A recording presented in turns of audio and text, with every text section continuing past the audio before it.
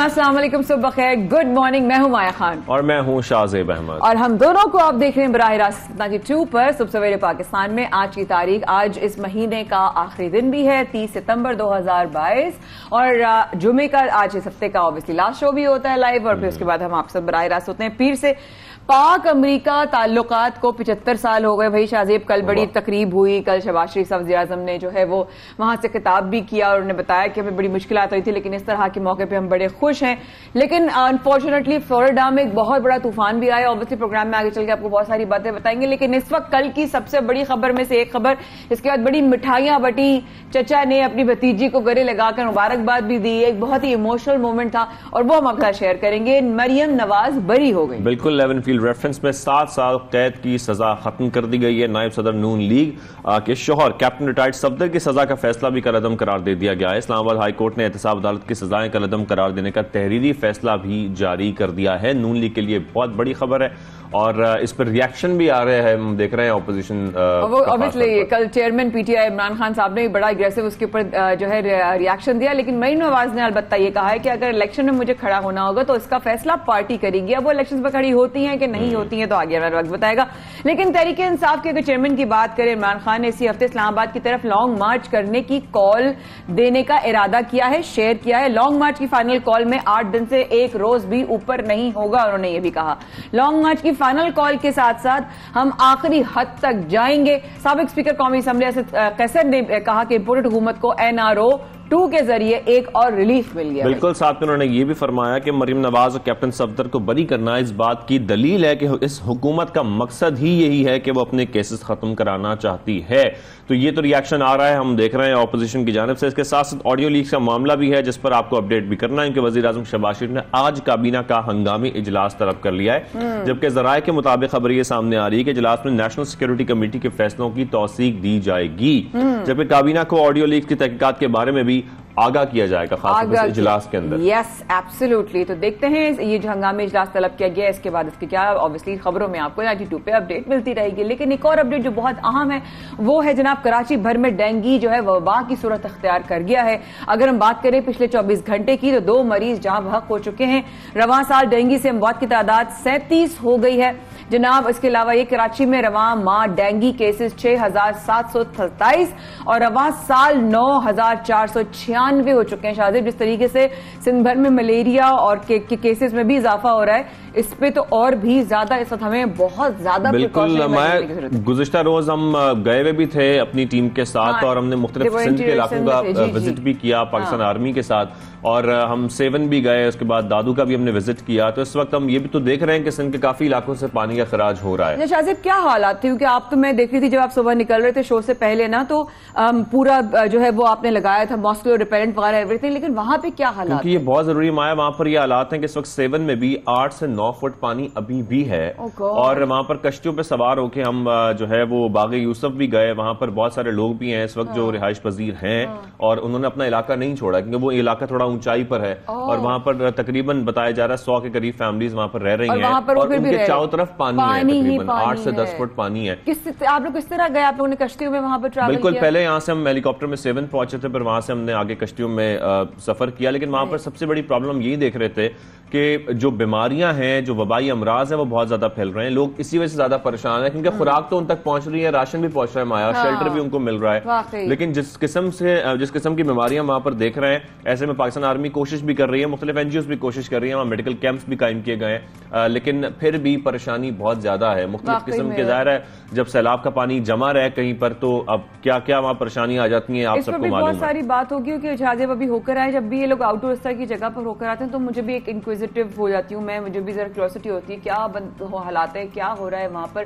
तो ये तमाम चीजें आप आगे आने वाले दिनों में जरूर देखेंगे। प्रोग्राम का बाकायदा आगाज करते हैं। हुकूमत ने किसानों का ट्यूबवेलों के मुतालिक मुतालबा तस्लीम कर लिया है। मुल्क भर में किसानों के ट्यूबवेलों की बिजली कनेक्शन 10 अक्टूबर तक मुनक़ता नहीं किए जाएंगे। इसके साथ साथ हुकूमत ने भी ये कहा है कि किसानों के जो दीगर मुतालबात हैं वो भी जल्द मंजूर कर लिए जाएंगे। किसान इत्तेहाद के वफ़द ने वफाकी वज़रा राना सनाउल्लाह साहब से और तारिक बशीर चीमा साहब से जो मुज़ाकरात किए, वो मुज़ाकरात में अभी तक ये कामयाबी उनको मिल चुकी है, लेकिन अभी उनके कुछ दीगर मुतालबात भी हैं जो कि उन्होंने सामने रखे हैं उनके। और किसान इत्तेहाद ने इस्लामाबाद के जिना एवेन्यू पर धरना दिए रखा है, वो भी जारी है।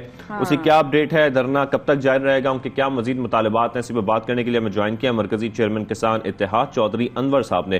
चौधरी अनवर साहब आपको खुशामदीद कहेंगे। अस्सलाम वालेकुम सर, जिस तरीके से हम देख रहे हैं आप लोग के मुतालबात जो आप लोगों ने सामने रखे हैं वफाकी वज़रा के, उसमें क्या मुतालबात थे, क्या मुतालबात मान लिए गए हैं और अभी क्या कुछ बाकी है?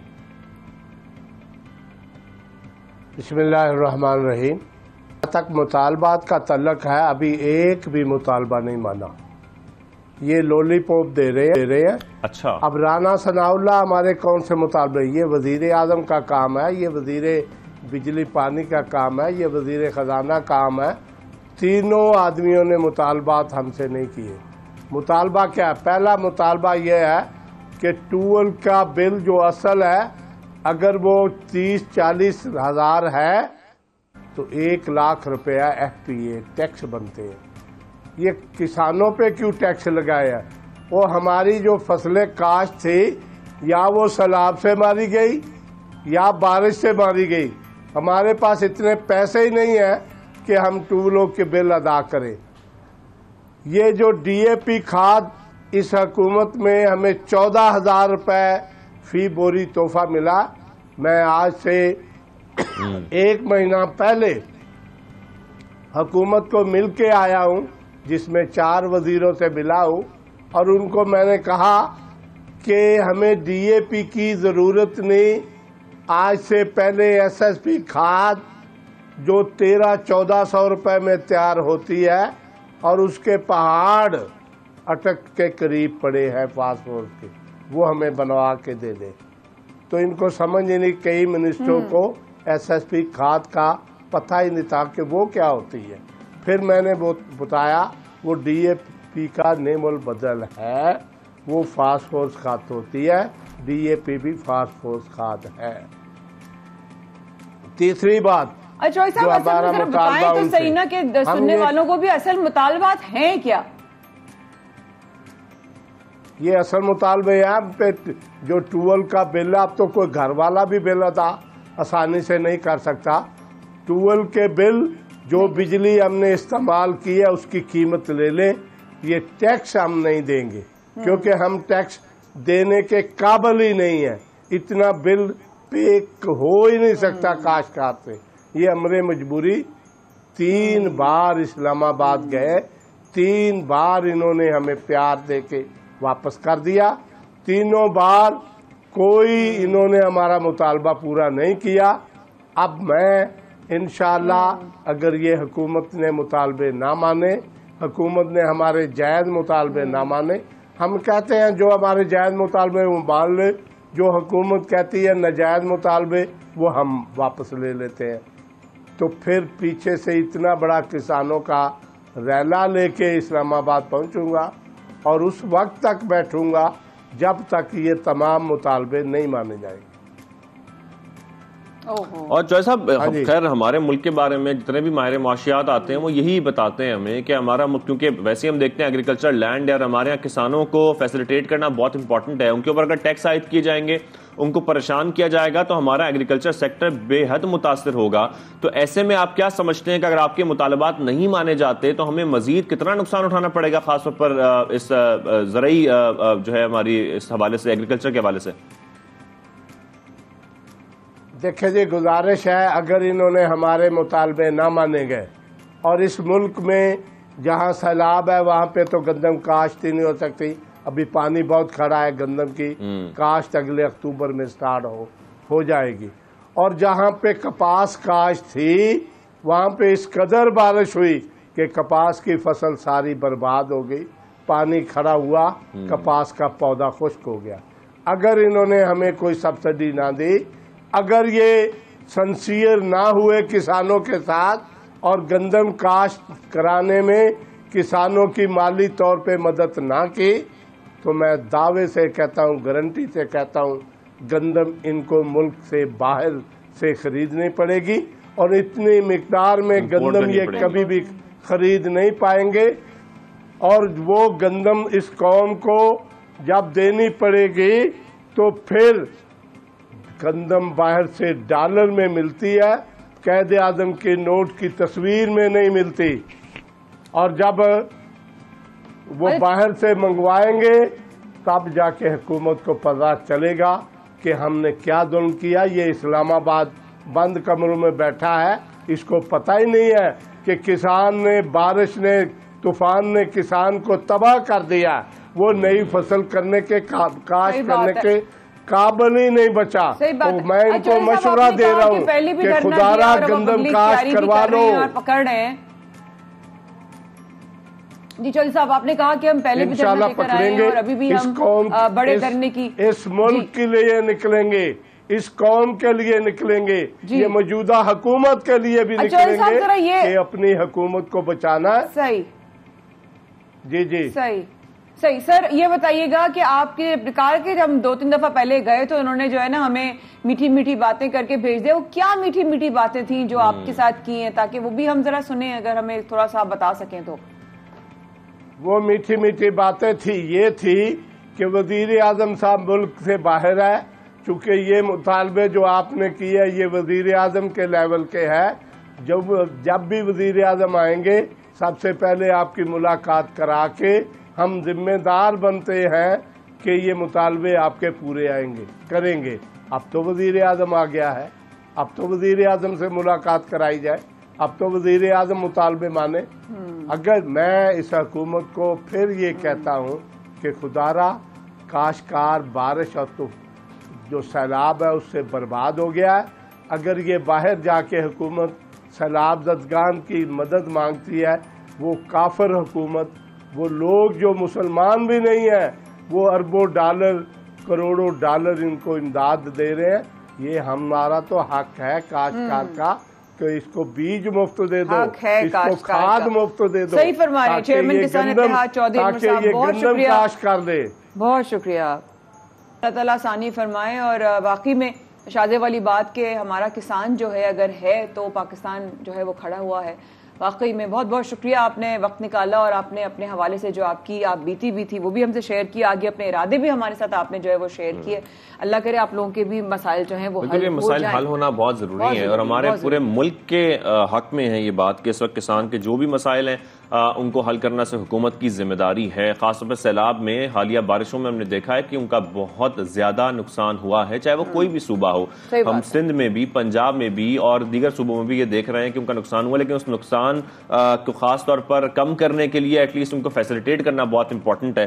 तो जितने भी वफाकी वज़रा उनसे मुज़ाकरात कर रहे हैं, हम उम्मीद करते हैं कि उनके मुतालबात माने जाएं और एटलीस्ट उनसे बात की जाए कि उनके मुतालबात हैं क्या। अच्छा जनाब, कुछ बिजली के भी हवाले से अच्छी अच्छी खबरें आ रही हैं शाहजेब। बिजली से पहले मैं आपको ये बताऊंगा कि पंखे भी चलाएं और जम के चलाएं, क्योंकि सुना है कि अगस्त की मद में जो लगने वाला आपकी जो मजीद बिल में आने वाला है उसमें बड़ी कमी आने वाली है। लेकिन ये खुशखबरी इंशाल्लाह ऑफिशियली आपसे होगी। लेकिन अब शाहजेब, कल ना अहमद चुनैद साहब थे हमारे साथ शो पर ना, जब आप आउटडोर शूट करने गए थे, तो उन्होंने कहा आगे आने वाले 2 हफ्ते बहुत इंपॉर्टेंस रखते हैं।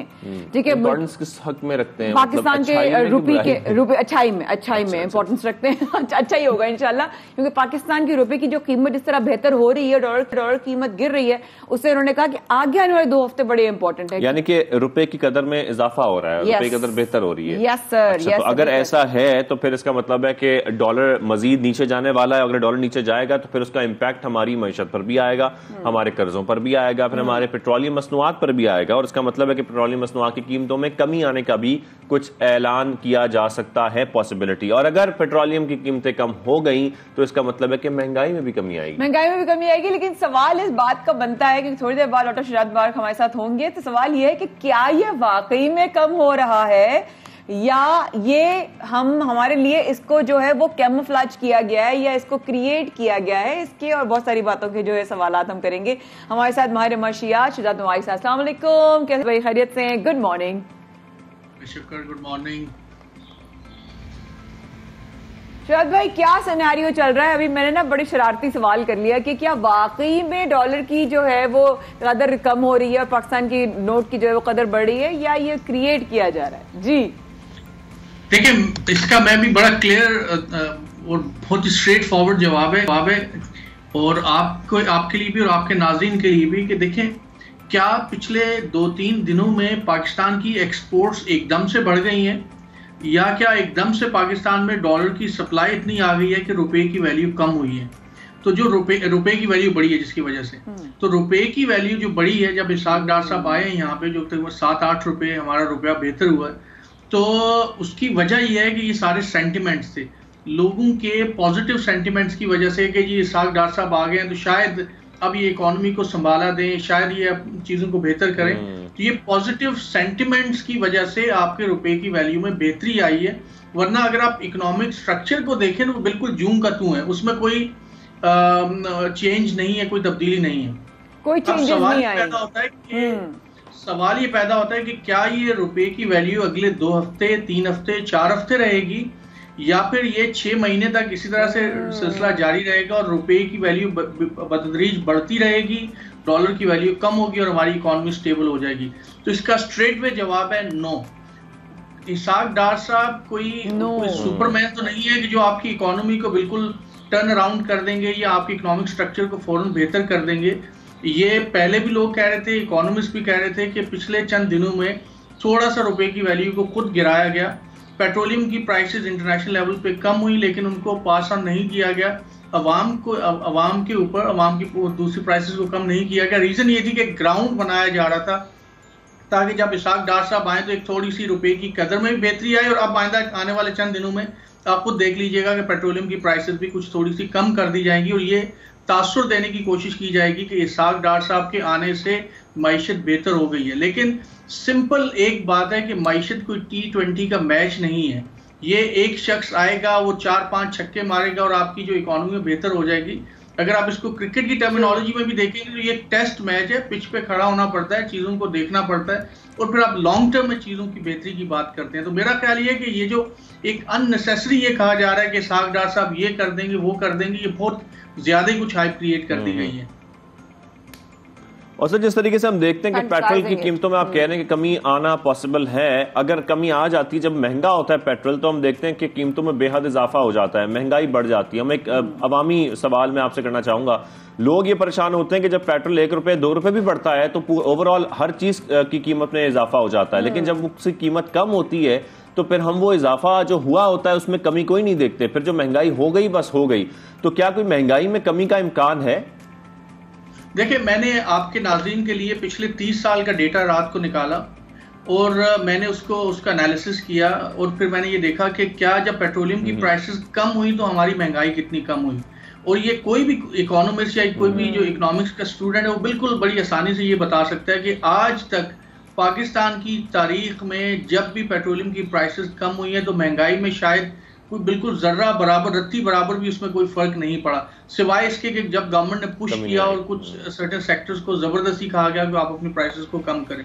तो जाहिर है कि हमारे यहाँ दिस इज वेरी अनफॉर्चुनेट कि पेट्रोलियम की प्राइसेस बढ़ती हैं, कॉस्ट के बढ़ने से हमारी प्राइसेस बढ़ जाती हैं, लेकिन जैसे ही प्राइसेस कम होती हैं तो उसके मुताबिक प्राइसेस को एडजस्ट नहीं किया जाता और अब भी ऐसे ही होगा। हाँ, लेकिन इसका डायरेक्ट इम्पैक्ट ये जरूर आ जाएगा कि जो लोग पेट्रोलियम प्रोडक्ट्स यूज करते हैं, जो पेट्रोल खरीदते हैं या जो दूसरी चीजें, तो उनको डायरेक्ट उनकी लाइफ में इम्पैक्ट पड़ेगा, लेकिन इनडायरेक्टली शायद इसका बहुत ज्यादा असर ना पड़े। बिल्कुल सही। अच्छा, एक चीज और भी शरद भाई, सर आपने बताया अभी शुरू में कि ये ऑब्वियसली इसाक डार साहब के आने का एक कोई खुशी भी थी, एक इमोशनल भी था कि भाई कि वो आ रहे हैं तो बेहतर होगा। एक सवाल जहन में आ रहा है क्योंकि कल हमारे साथ अहमद चौराहा साहब भी थे, उन्होंने कहा कि इस तरह हमने उनसे पूछा कि स्टॉक मार्केट में भी जो है वो बहुत अच्छे उठी हुई मार्केट थी, गिरी भी नहीं और इस तरीके से। तो सारी सिचुएशन जो आई है उसमें ये भी एक एस्पेक्ट है कि बिजनेसमैन जितने भी हैं बाहर के जो सरमायाकारी करते हैं पाकिस्तान में, उनका इसाक डार साहब के साथ एक अच्छा रिलेशन है या एक अच्छा रिकॉर्ड है, क्योंकि पीटीआई ये कह रही है ये सब मसनूई तौर पर हो रहा है, ये असल में ऐसा कुछ भी नहीं हो सकता। जी शातिर, देखिए, इसमें तो कोई शक नहीं है कि इसाक डार साहब का एक पॉजिटिव सेंटिमेंट है बिजनेसमैन में भी और उनके बारे में एक पॉजिटिव राय पाई जाती है जो आपकी बिलउमूम लोगों में, और यही वो पॉजिटिव एक रीजन थी। और इसके साथ साथ कुछ गवर्नमेंट ने भी खुद मैनेज किया चीजों को, तो एक हमें बेहतरी नजर आती है। लेकिन सवाल यह है कि क्या ये बेहतरी लॉन्ग टर्म रहेगी, क्या ये बेहतरी अगले 2, 4, 6 महीने या 2 साल तक रहेगी? तो इसमें कोई पिक्चर बड़ी ब्लीक नजर आती है। मुझे ऐसे लगता है कि शायद 4-6 महीने के लिए इलेक्शन तक तो चीजों को मैनेज कर लिया जाए, और मैनेज भी इस तरह से कर लिया जाए कि उसको शॉर्ट टर्म में बेहतरी के लिए लॉन्ग टर्म लॉसेस कर दिए जाएं। माजी में भी पहले ऐसे हो चुका है कि आपने रुपए की कदर को बेहतर करने के लिए आपने आर्टिफिशियली रुपए की वैल्यू को एक जगह पे रखा, बाद में आने वाली गवर्नमेंट्स को फिर उसको बहुत ड्रास्टिकली डीवैल्यू करना पड़ा। तो पॉजिटिव सेंटिमेंट्स अपनी जगह पे, लेकिन मुझे ऐसे लगता है कि इकोनॉमी को कुछ स्टेरॉइड्स लगा के आर्टिफिशियली कुछ चीजें करके। अच्छा, और शुजात भाई एक लास्ट बात मुझे बता देगा, जिस तरीके से आप इंपोर्ट और एक्सपोर्ट का जिक्र कर रहे हैं, अभी हमारे किसान इत्तेहाद से भी बात हो रही थी, एग्रीकल्चर सेक्टर हमारा बेहद मुतासर है सैलाब के बाद, ज़राई जमीन है हमारी, और हम जिस तरीके से मुतासर हो चुके हैं तो ये एक्सपेक्ट किया जा रहा है, बल्कि ये बताया भी जा रहा है एक्सपर्ट्स की जानिब से, और यकीन तौर पर आप भी हमें इस पर डिटेल्स बताएंगे कि अगर एग्रीकल्चर सेक्टर हमारा इतना मुतासर हो गया तो मुल्क की जरूरत पूरी नहीं हो सकेगी और हमारी इंपोर्ट में इजाफा हो जाएगा, और इंपोर्ट में इजाफा हो गया तो फिर एक बार फिर हम मुल्क में महंगाई भी देखेंगे और फिर हमारी मईशत बेहतर होती तो कहीं नजर नहीं आ रही। जी बिल्कुल, देखें आपको हो सकता है वीट भी इंपोर्ट करनी पड़े, आपको कॉटन भी इंपोर्ट करनी पड़े, और भी बहुत सारी चीजें आपको इंपोर्ट करनी पड़ेंगी जो कि आमतौर पे आप बहुत कम करते हैं या नहीं करते। तो डेफिनेटली आपका जो एक्सटर्नल अकाउंट्स है उसके ऊपर दबाव पड़ेगा, और ऐसा लग रहा है कि दिसंबर या जनवरी में आपकी रुपए की वैल्यू और मजीद कम हो जाएगी। अगर इसको नेचुरली मैनेज किया जाएगा तो शायद ये 250 बड़ी आसानी से ये क्रॉस कर जाएगा। तो जो मौजूदा इकोनॉमिक स्ट्रक्चर जो है या इकोनॉमिक इंडिकेशन जो इंडिकेटर्स जो है वो कोई बहुत ज्यादा हमें ये नहीं बता, उनकी अगर रूह से हम देखें तो चीजें को बहुत ज्यादा पॉजिटिव नजर नहीं आती, और ऐसा नहीं लगता कि इसाक डार साहब को बहुत बड़ा टर्न अराउंड कर पाएंगे इकोनॉमी में। राइट, ठीक है। Thank you so much. हमारे साथ डॉक्टर शुजात मुबारक माहिर माशियात साथ थे। As thank you so much, आप वक्त निकाला शुजात भाई, और हमेशा बहुत ही एक आम फहम जबान में हमें समझाया, क्योंकि मैं तो बहुत ज़्यादा कॉम्प्लिकेटेड जबान नहीं समझती, एक आम सी इंसान हूँ। तो thank you so much, God bless. आने वाले जो दिन हैं वो देखते पाकिस्तान के लिए कितने बेहतर होंगे, लेकिन दुआ कर सकते हैं। डिप्रेशन कंपनी को कितना बड़ा नुकसान पहुंचा सकती है, आलमी इदारे सेहत ने खबरदार कर दिया। तो रहिएगा हमारे साथ, शाज़ेब और माया कर रहे हैं आपका इंतजार।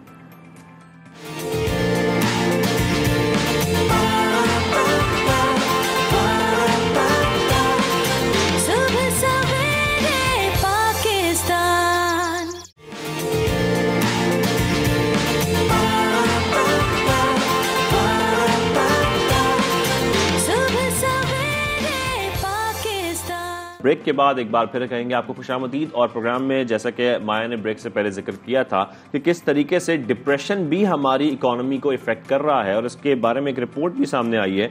मुलाजमीन में डिप्रेशन कंपनी को नुकसान पहुंचा रहा है, ना सिर्फ कंपनी को नुकसान पहुंचा रहा है बल्कि हमारे पूरे मुल्क को नुकसान पहुंचा रहा है। आलमी इदारा सेहत ने यह खबरदार किया है माया, और आलमी इदारा सेहत ने इस हवाले से इस पर अब जोर देने की भी बात उठाई है कि इदारा सेहत और इंटरनेशनल लेबर ऑर्गेनाइजेशन ने मेहनत कश तबके के हवाले से इस मौजू को जो है वो सरेआम सबके सामने शेयर करना इसलिए मुनासिब समझा कि जिस तरीके से पूरी दुनिया में इकोनॉमी एक तो इफेक्ट हो रही है, दूसरा ये कि डिप्रेशन से आपकी mental health and then physical health खराब होती है, एंड देन थर्डली वो फिर रिफ्लेक्ट करती है आपके रिलेशनशिप्स पे, आपकी आमदनी पर, और फिर बड़े पिक्चर में देखा जाए तो पूरी ऑर्गेनाइजेशंस को अफेक्ट कर रही है। बिल्कुल, और इंटरनेशनल लेबर ऑर्गेनाइजेशन ने मेहनतकश तबके की जहनी सेहत के तहफ्फुज पर जोर दिया है कि ये बहुत इंपॉर्टेंट है, हमारे मुल्क के लिए भी बहुत इंपॉर्टेंट है, क्योंकि डिप्रेशन और एंजाइटी में बेहद इजाफा हो रहा है। खासतौर पर आलमी मईशत को सालाना $1 खरब का नुकसान पहुंच रहा है इस वजह से, जो कि हमने कभी सोचा ही नहीं था कि डिप्रेशन से भी $1 खरब का नुकसान पहुंच सकता है। इट मेक सेंस शाज़ेब कि अगर आपका काम करने वाला जो एम्प्लॉई है वही अगर डिप्रेशन में होगा तो उसकी परफॉर्मेंस क्या होगी, वो कितना कंस्ट्रक्टिव होगा।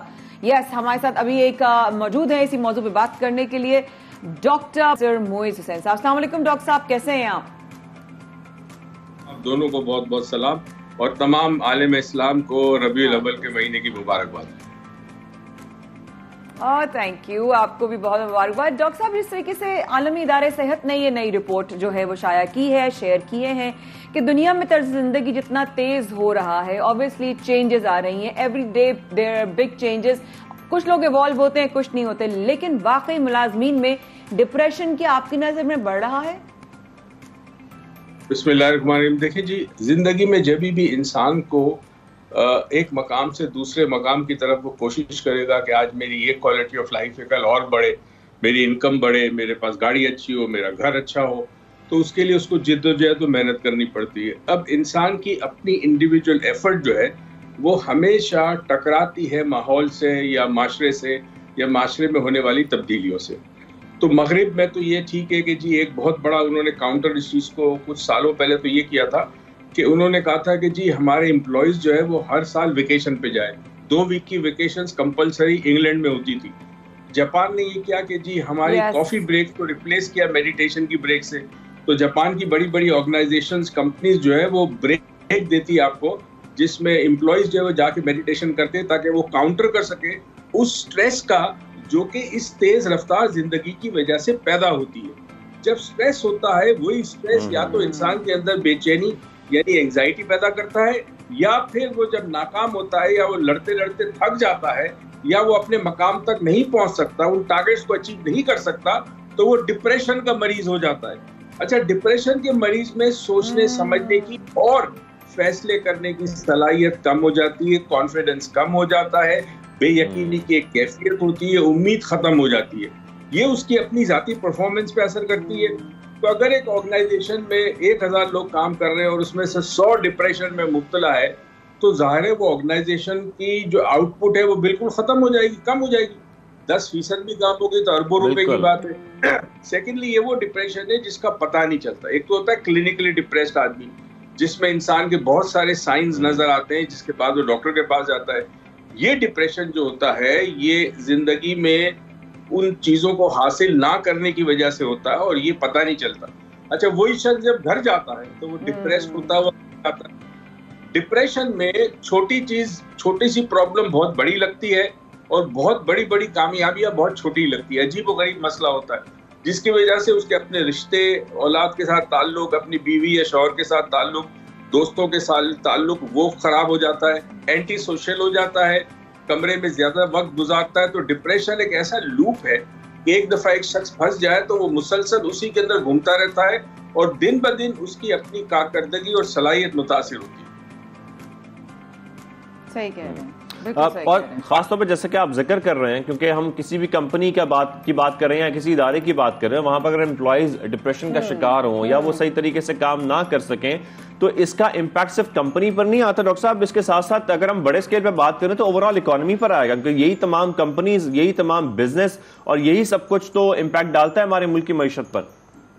देखिए, मैंने बहुत सारी ऑर्गेनाइजेशंस के लिए हमने बहुत ट्रेनिंग्स दी है। उसमें हमने नोटिस किया है, खासकर जो सेल्स के लोग होते हैं, देखें कमाऊ पूत कौन होता है किसी ऑर्गेनाइजेशन में? सेल्स के लोग। कमाई वो करते हैं और उस कमाई की वजह से सबको तनख्वाह मिलती है। जब सेल्स का बंदा रिजेक्ट होता है, बार बार क्लाइंट मना कर देता है या कोई वजह से कि सेल्स के टारगेट पूरे नहीं होते, तो वो सबसे पहले वो डिप्रेशन में जाता है।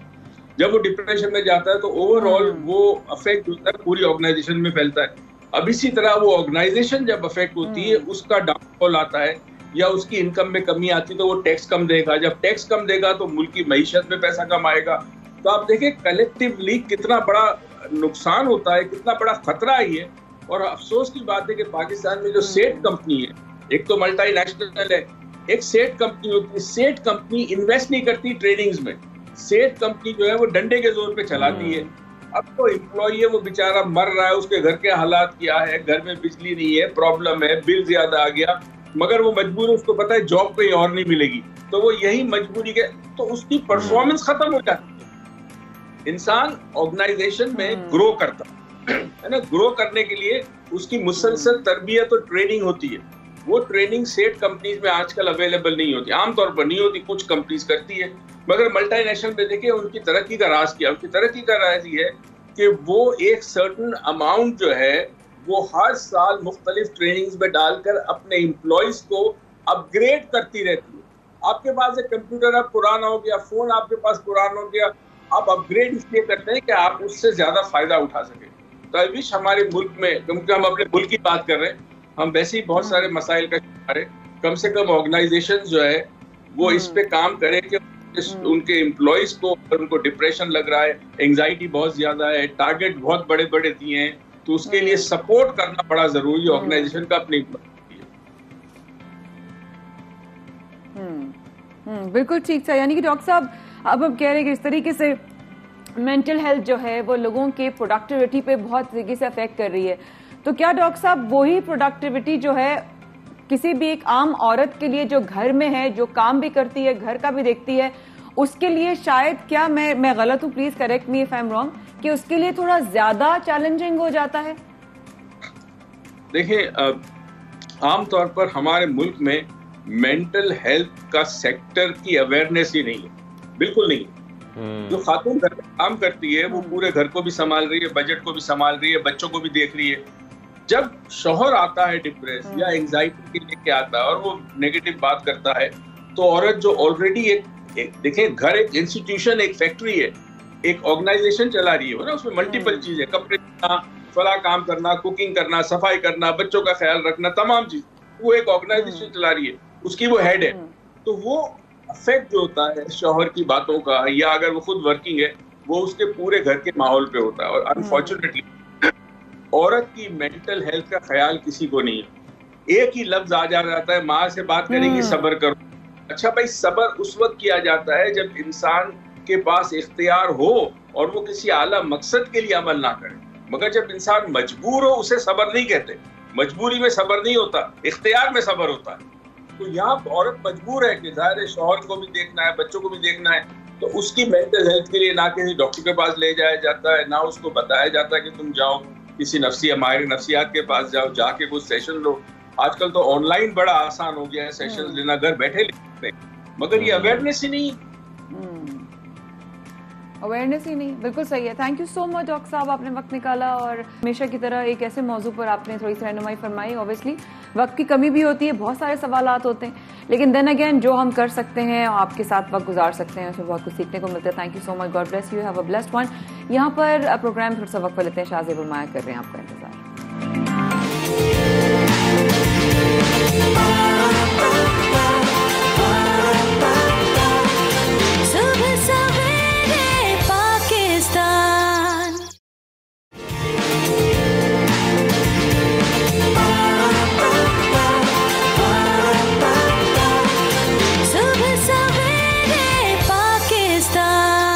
शाहजेब उर्माया के साथ रहने का भी शुक्रिया। सवेरे पाकिस्तान में आप हमें बराह रास्त देख रहे हैं और आज बड़ी ज़बरदस्त सी जो है ना एक कहानी आपके साथ शेयर करेंगे, जिसके दो किरदार, बहुत अहम किरदार इस वक्त हमारे साथ मौजूद हैं।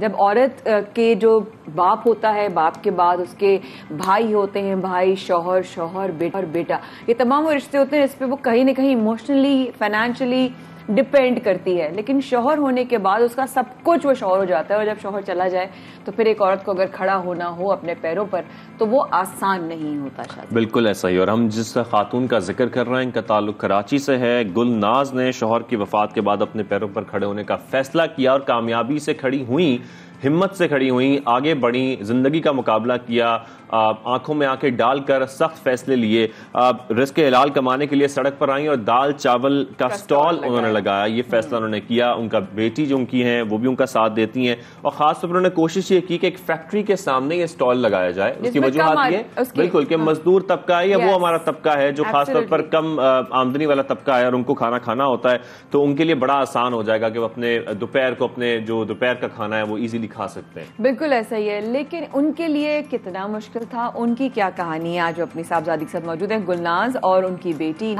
जुबैर हमारे साथ मौजूद हैं। अस्सलाम वालेकुम। आप दोनों को बहुत शुक्रिया वक्त निकालने के लिए प्रोग्राम में बताया। गुलनाज, आप कुछ बताना चाहेंगी अपनी कहानी के बारे में? जी, मेरे शौहर की डेथ के बाद मैंने संडे बाजार जो डिफेंस में लगा करता था वहाँ पे ये फूड कोर्ट में स्टॉल शुरू किया था। जी, काफ़ी 6-7 साल मैंने वहाँ चलाया। उसके बाद वो डिमोलिश कर दिया गया, गिरा दिया गया वहाँ DHA वालों ने। तो उसके बाद मैं घर से ही काम करती रही। तो उसके बाद जाहिर है आजकल प्रॉब्लम है, आपको पता है महंगाई के दौर है और गुज़ारोक़ात ज़रा मुश्किल हो जाती है। तो फिर मैंने फैसला किया कि दोबारा से ही शुरू किया जाए। फिर मैंने काफ़ी सर्वे किया, लेकिन मुझे सबसे ज़्यादा बेस्ट ये लगा कि जिससे कि मैं दूसरों की मदद भी कर सकूँ और अपनी गुज़ारोक़ात भी कर सकूँ। तो इस वजह से मैंने इसका 70 रुपीज़ में सिर्फ दाल चावल नहीं, मेरे पास एक मुर्ग छोले भी होते हैं, इसमें सिर्फ छोले होते हैं और एक सरप्राइज मेन्यू में एक डिश और होती है। अच्छा। वो सरप्राइज होती है किसी भी दिन। हाँ, किसी दिन कड़ी होती है, किसी दिन जैसे मटर कीमा या सब्जी, वो सरप्राइज मेन्यू होता है मेरा। अच्छा, गुलनाज़ अव्वल, कि आपने कब फैसला किया कि अब आपको ये खुद से काम करना है सारा? तकरीबन मैंने कुछ दिनों पहले यही फैसला किया है, मैंने काफी सोच समझ के, क्योंकि मैं इस फील्ड में पहले से थी, मुझे कुकिंग अल्हम्दुलिल्लाह से अच्छी कर लेती हूँ। अच्छा जी, तो लेकिन आपके शौहर का अगर इजाजत हो तो पूछ सकती हूँ, इंतकाल कब हुआ? 2006 में। 2006 में हुआ। बच्चे छोटे थे। वही मैं कह रही हूँ, टाइम लगा ना दोबारा से। पहले मैं नर्सिंग फील्ड में थी। अच्छा जी, नर्सिंग में थी मैं, डॉक्टर नुज़रत कमाल के साथ, कमाल हॉस्पिटल में। अच्छा जी, डॉक्टर कमालुद्दीन खान जो है ENT स्पेशलिस्ट। लेकिन आप कहीं ना कहीं अपने पैरों पे खड़ी हुई थी। बच्चे छोटे थे लेकिन अपने पैरों पे खड़ी हुई थी। जाहिर आसान नहीं होता, आप छोड़ भी नहीं सकते सब कुछ। तो नेहा तो बहुत छोटी होगी उस वक्त? जी, नेहा बहुत छोटी थी, काफी छोटी थी, 4 साल की थी। 4 साल की थी। तो कैसा लग रहा था उस वक्त? ऑब्वियसली अम्मी काम पे भी जा रही हैं और घर भी देख रही हैं, और बहन भाई कितने हैं आप लोग सब? 3, हम लोग 3 बहन भाई हैं। अब्बू की डेथ के बाद फिर अम्मी ने जॉब छोड़ दी थी, क्योंकि इद्दत में बैठना था। लेकिन जब इद्दत से निकली तो अम्मी के पैरों ने काम करना छोड़ दिया था। पैरों ने काम करना छोड़ दिया, नहीं चल पाती थी, पैरालाइज की तरफ थोड़ी चली गई थी, क्योंकि डॉक्टर्स ने सही वक्त पे इलाज नहीं कर पाए। उस वक्त प्रॉब्लम थी, कह रहे हैं अगर वो 5 लाख का एक इंजेक्शन आता है, अगर वो लग जाता ना तो शायद उससे हो जाता। लेकिन 5 लाख इकट्ठे करना किसी इंसान के लिए, और कितनी पुरानी बात है ये वाली आपकी? तकरीबन 13-14 साल हो गए। जब उस वक्त तो और भी ज्यादा बड़ी, मतलब बड़ी रकम थी। 5 लाख। कैसी है? ठीक है अल्हम्दुलिल्लाह। मैं पैरों से कुछ हुई है, लेकिन जहनी और हाथ पैर अल्हम्दुलिल्लाह संभाल वो है, मैं वो कर सकती हूँ, तो वो मैं कर रही हूँ। अच्छा, कितना मुश्किल है खास तौर पर एक खातून के लिए? जाहिर बात है कि बहुत सारे चैलेंजेस आते हैं, तो ऑलरेडी आपके चैलेंजेस थे अपनी लाइफ के भी, और फिर जब आप इस मुआशरे में बाहर निकलते हैं काम करने के लिए, फिर आपकी नीयत भी माशाल्लाह ऐसी थी कि दूसरों की मदद भी करनी है, फिर इस तरीके से आपने खाना अपना जो है वो उसको सेल आउट भी करना है। ऐसे में चैलेंजेस क्या है आपको खास तौर? चैलेंजेस यह है कि मेरे पास एक तो कोई जगह नहीं थी अवेलेबल, सबसे बड़ी दुकान होती, कोई जगह होती। जी बिल्कुल, कुछ वो नहीं था। फिर मैंने ये फूड कार्ड लिया रेंट पे, ये भी मैं रेंट पे चला ले रही हूँ। अच्छा। जी, और फिर जाहिर है कि जो इन्वेस्टमेंट होती है खाने सामान की, सबसे बड़ी बात वो होती है। अभी भी आप इसका रेंट देती हैं? जी जी बिल्कुल। कितना रेंट है इसका? इसका तकरीबन 15,000। और अगर ये खरीदा जाए तो कितने का मिल जाता है? ये तकरीबन 4 लाख का पड़ रहा है। ये स्टॉल जो है? हाँ, स्टॉल जो 3 to 4 लाख का मिल जाता है। फूड कार्ड जो ना 15,000 इसके? 15,000 रेंट? जी। ये जगह के हैं, ये सिर्फ फूड कार्ड? Food card. तो आपको जगह पे लगाने में प्रॉब्लम नहीं की लोगों ने? तंग नहीं किया? नहीं खड़ी कर सकते? नहीं, वो तो कोई प्रॉब्लम नहीं हुई? कोई प्रॉब्लम नहीं। और वहाँ के जो मजदूर वगैरह जिन्होंने फर्स्ट टाइम देखा कि आप इस तरह के खातून लेकर अच्छा आते, अच्छा रिस्पॉन्स होता है। अब देखिए हालात क्या चल रहे हैं, बहुत खराब हालात हैं, और वो उनके पास ज्यादा 25-30 हजार सैलरी है, उनके पास क्या है, क्या बात? और महीने के एंड में उनके पास तकरीबन कुछ नहीं होता। मैंने उन दिनों में अंदाजा लगा लिया कि क्या हालात हैं उनके। कुछ लोग ऐसे होते हैं जिनके पास वाकई बिल्कुल कुछ नहीं होता, लेकिन मैं उस चीज को वो करती हूँ कि मैं, क्योंकि मैं किसी को नहीं खिला सकती, खिलाने वाली जात अल्लाह की है। मैं थोड़ी सी अगर किसी, तो ये जो खाना है जरा इसके बारे में बताएं, ये आप घर पे तैयार करती हैं? अल्हम्दुलिल्लाह अभी मैं सब कुछ तैयार करके आई हूँ। अच्छा, क्या क्या तैयार किया आज हमें बताएं? अभी मैंने वो छोले बना के सब तैयार कर दिए, मुख्त छोले और राइस, और मेरी दाल होती है हैदराबादी। सरप्राइज में क्या है? सरप्राइज में आलू मटर कीमा होगा। अरे वाह, जुमे के दिन आलू मटर कीमा, क्या बात है, जबरदस्त। तो आपके कैसे लोग क्या तारीफ करते हैं कि क्या कैसा लगता है? दाल चावल डिफेंस में बड़े मशहूर थे, बहुत। अच्छा। इतने ज्यादा थे, इतने फेमस थे कि फवाद खान और ये लोग सिर्फ संडे को मेरे सिर्फ दाल चावल खाने ये लोग आया करते थे। अच्छा जी। और मैं उसके साथ बनाती थी हरी मिर्च का सालन जो हैदराबादी होता है।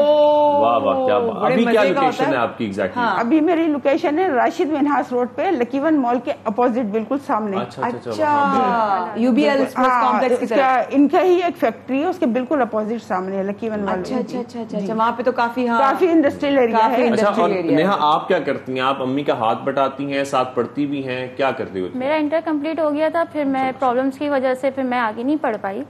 फिर मैंने, अम्मी ने जब स्टार्ट किया तो ऑब्वियसली इनका हाथ बटाना जरूरी था, क्योंकि और कोई नहीं कर पाएगा।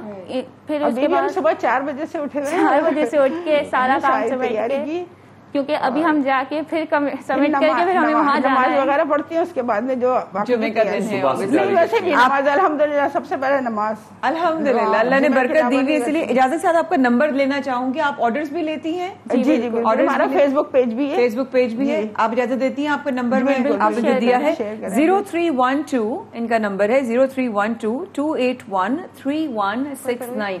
किस नाम से है फेसबुक पे? आपा का किचन। आपा का किचन। अच्छा, और आपा का किचन में हम ऑर्डर भी कर सकते हैं, जो रेडी है वो ही डिलीवर करवा सकते हैं? जो आप ऑर्डर करना चाहें 1 दिन पहले या 2 दिन पहले बता सकते हैं, ऑर्डर कर सकते हैं। और क्या किस किस तरह के खाने और पकवान आप बना लेती हैं? कितने अफराद का बना लेती हैं? मैं अल्हम्दुलिल्लाह हर चीज बना लेती हूँ। दम का कीमा बहुत बेहतरीन बनाती हूँ, कढ़ाई बनाती हूँ, कौरमा बनाती हूँ, अच्छा, बिरयानी बनाती हूँ। अच्छा जी। और डबल का मीठा बनाती? जी बिल्कुल। सिर्फ यही नहीं, बेकिंग्स का भी है, पिज्जा, बर्गर, जिंगर पिज्जा मैं बेहतरीन बनाती हूँ अपने। अच्छा, ये घर में ही तैयार। हम लोग मेरे बच्चे जो है बाहर का पिज्जा नहीं खाते, नहीं करते, घर का खाते हैं। वेरी नाइस, ट्राई करना पड़ेगा हमें, है ना? बिल्कुल ट्राई। क्योंकि कराची वालों को स्पाइसीज बहुत पसंद होती है। एक स्पेशल टच होता है, देसी टच। देसी टच हमारे उसमें पिज्जा में देसी टच होता है, हमारे बच्चे बाहर का नहीं पसंद करते। अच्छा, आपके मसाला जात सब खुद ही आप बनाती हैं? कोई पैकेट के मसाले इस्तेमाल? मैं जब संडे बाजार में लगाती थी, मैं ऑलरेडी वहाँ चाट भी होती थी। मेरी हर चटनी, मेरे हर चाट मसाला, हर कुछ मेरा अपना बनाया हुआ होता था। तो आपा आपने क्यों रोक दिया वहाँ डिफेंस की साइड पर? गिरा दिया गया वहाँ पे बंगले वगैरह डीएचए वालों ने। अच्छा, हाँ, वो तो जाहिर है उधर, लेकिन और कोई फिर आपने दोबारा रुख नहीं किया डीएचए की तरफ? डीएचए की तरफ वो बाजार बनाए। दरअसल लोगों में भी फर्क होता है, वो बड़े कोऑपरेटिव लोग थे, बहुत अच्छे लोग थे, बहुत कम लोग होते हैं जो आपके साथ। और फिर वो फिर पैसों का भी होता है ना, कि फिर वो बहुत ज्यादा पैसे मांग रहे थे, मैं इतना इन्वेस्टमेंट करनी पड़ती। अभी आप क्या चाह रही हैं? अभी मतलब मुस्तकबिल करीब की अगर बात करें तो आपके क्या प्लान्स हैं? आपने इसको बड़े स्केल पे लेके जाना है? आपने पूरा रेस्टोरेंट कायम करना है? मेरा रेस्टोरेंट कायम करना है, बिल्कुल यही प्लानिंग तो मेरी यही है अल्हम्दुलिल्लाह से, जिसमें कि मैं दूसरों की मदद भी कर सकूं उसमें। ये नहीं कि मैं अपने ही लिए करूं कुछ भी, वो मेरी हमेशा से प्रायोरिटी रही है कि मैं इकोनॉमिकल अच्छा खाना, बिल्कुल अच्छा खाना हो, कम से कम प्राइस में अच्छा खाना हो, और अपना घर वालों की कितनी सपोर्ट थी आपको? घर वालों की, बच्चों की बहुत सपोर्ट है। बच्चों की तो नजर भी आ रही है, लेकिन औरत के लिए ना अच्छा एक ना बड़ा इजी नहीं होता कि वो पूरा, वो भी सर हिला रही है, हालांकि छोटी सी है, लेकिन ऑब्वियसली एक औरत के लिए काम करना, लोग तो चाहते हैं कि वो घर में ही ना बैठी रहे और वहीं पर वो मर जाए। मेरे शौहर थे, उन्होंने भी जी मुझे बहुत सपोर्ट किया उस वक्त जब जिंदा थे वो, जब मैं नर्सिंग में थी, बहुत सपोर्ट करते थे। उनकी डेथ के बाद फिर वो मुझे खुद ये सब कुछ करना पड़ा। अपने घर वालों ने सबने आपको बड़ा साथ दिया? मेरे घर में कोई नहीं, आप समझ ले जब आपके शौहर खत्म हो जाता है ना, तो फिर समझ ले कोई नहीं होता आपका, फिर आपके बच्चे हैं तो फिर बस वही हैं, बाकी और कोई रिश्ते जो है ना वो बहुत पीछे चले जाते हैं, और वो फिर वो रिश्ते ऐसे होते भी नहीं है। क्या आपके माशाल्लाह फर्मा बरदार बच्चे हैं, इतने अच्छे बच्चे आपका साथ दे रहे हैं, आपके काम में भी साथ दे रहे हैं, इमोशनली भी आपको माशाल्लाह खुश रखते हैं, बहुत अच्छी बात है। बहुत शुक्रिया गुलनाज साहिबा, आपने में किया, बड़ा अच्छा लगा आपसे बात करके। आपका पिज्जा भी मैं ऑर्डर करूंगी और डेफिनेटली इंशाल्लाह भी आपका नंबर है और डेफिनेटली ऑर्डर करूंगी, और आप लोग भी ऑर्डर कीजिएगा। इनका नंबर 0312281369 पर आप ऑर्डर कर सकते हैं। आप आपके किचन में छोटा सा वक्त पे इजाजत दीजिए, शादी फरमाया कर रहे हैं आपका इंतजार, भी राइट बैक जी, बहुत अच्छा लगा आपसे।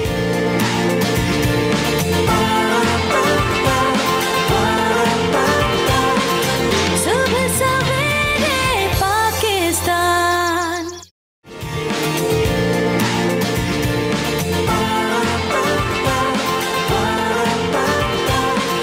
सुबह सवेरे पाकिस्तान के साथ रहने का बहुत शुक्रिया। और अब जो है चांसेस, मैं आपसे सवाल करना शाहजेब, वो ये कि क्या पाकिस्तान के T20 वर्ल्ड कप जीतने के चांसेस है?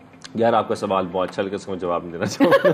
पाकिस्तान और इंग्लैंड के दरमियान छठा T20 मैच आज कज़ावी स्टेडियम लाहौर में खेला जाएगा, और इस मैच में क्या होता है, क्योंकि हम देख रहे हैं कि कौमी टीम को 7 मैचेस की सीरीज में 3-2 की बरतरी हासिल है, और इंग्लैंड पूरी कोशिश करेगा कि इस सीरीज को यहां पर बराबर किया जाए ये मैच जीतकर, क्योंकि उसके बाद फैसला कन मैच हो सकता है। लेकिन पाकिस्तान आज का मैच जीतकर ये कोशिश करेगा कि हम आज ही फैसला कर दें कि ये सीरीज हम जीत चुके हैं। मैंने सवाल अच्छा था ना, लेकिन जवाब नहीं दिया। सवाल जवाब अच्छा नहीं था। मैं अब जवाब लूंगी मिर्जा इकबाल बेग साहब से, क्योंकि वो हमारे साथ मौजूद है बराह रास्त। अस्सलाम वालेकुम बेग साहब, कैसे हैं? वालेकुम अस्सलाम माया, आप ठीक हैं? आपको और शाहजेब दोनों को सुबह बखैर। सब बखैर। बेग साहब देखिए, मैंने सवाल का जवाब नहीं दिया, अब आप आ गए हैं, शुक्र है। मुझे बताएं कि क्या ये अपने इस वक्त पाकिस्तान अपने नाम कराने के कितने ब्राइट चांसेस हैं T20 वर्ल्ड कप?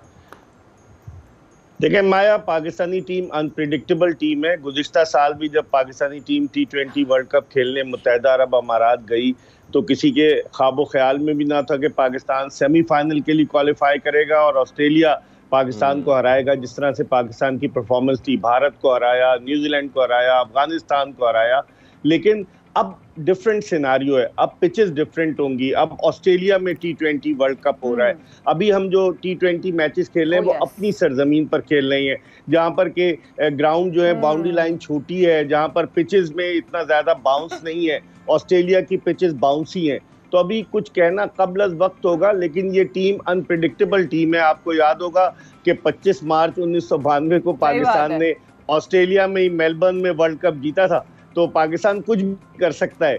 लेकिन ये कि इम्कानात अगर मैं देखूं तो पाकिस्तान के इम्कानात 60% नजर आते हैं मुझे बज़ाहिर जो लगता है।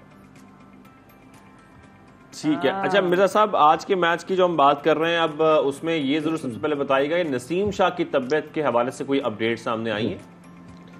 देखिए, नसीम शाह को पहले नमूनिया हुआ, फिर उसके बाद उन्हें कोविड हो गया, उन्हें हॉस्पिटल से होटल मुंतकिल किया गया। अब होटल से वो घर चले गए आराम करने के लिए, और तवक्को यही है कि 4 अक्टूबर को जब पाकिस्तानी क्रिकेट टीम न्यूजीलैंड रवाना होगी, एक ट्राई सीरीज है पाकिस्तान, न्यूजीलैंड और बांग्लादेश के दरमियान वर्ल्ड कप से पहले, फिर तवक्को यही की जा रही कि नसीम शाह टीम के साथ जाएंगे।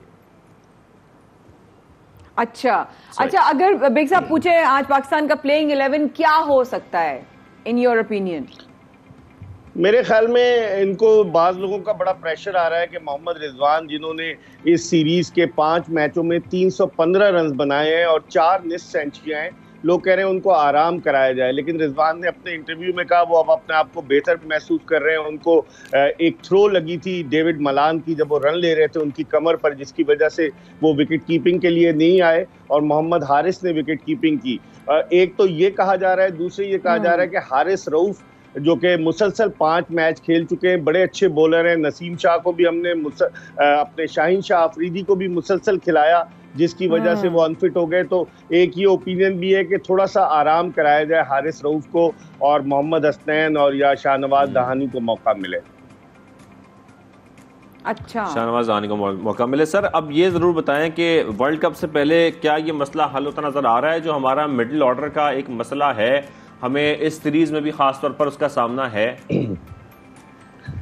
देखिए शाहजेब, 15 अक्टूबर लास्ट डेट है कि अगर आप कोई तब्दीली करना चाहें वर्ल्ड कप के लिए टीम में तो आप तब्दीली कर सकते हैं।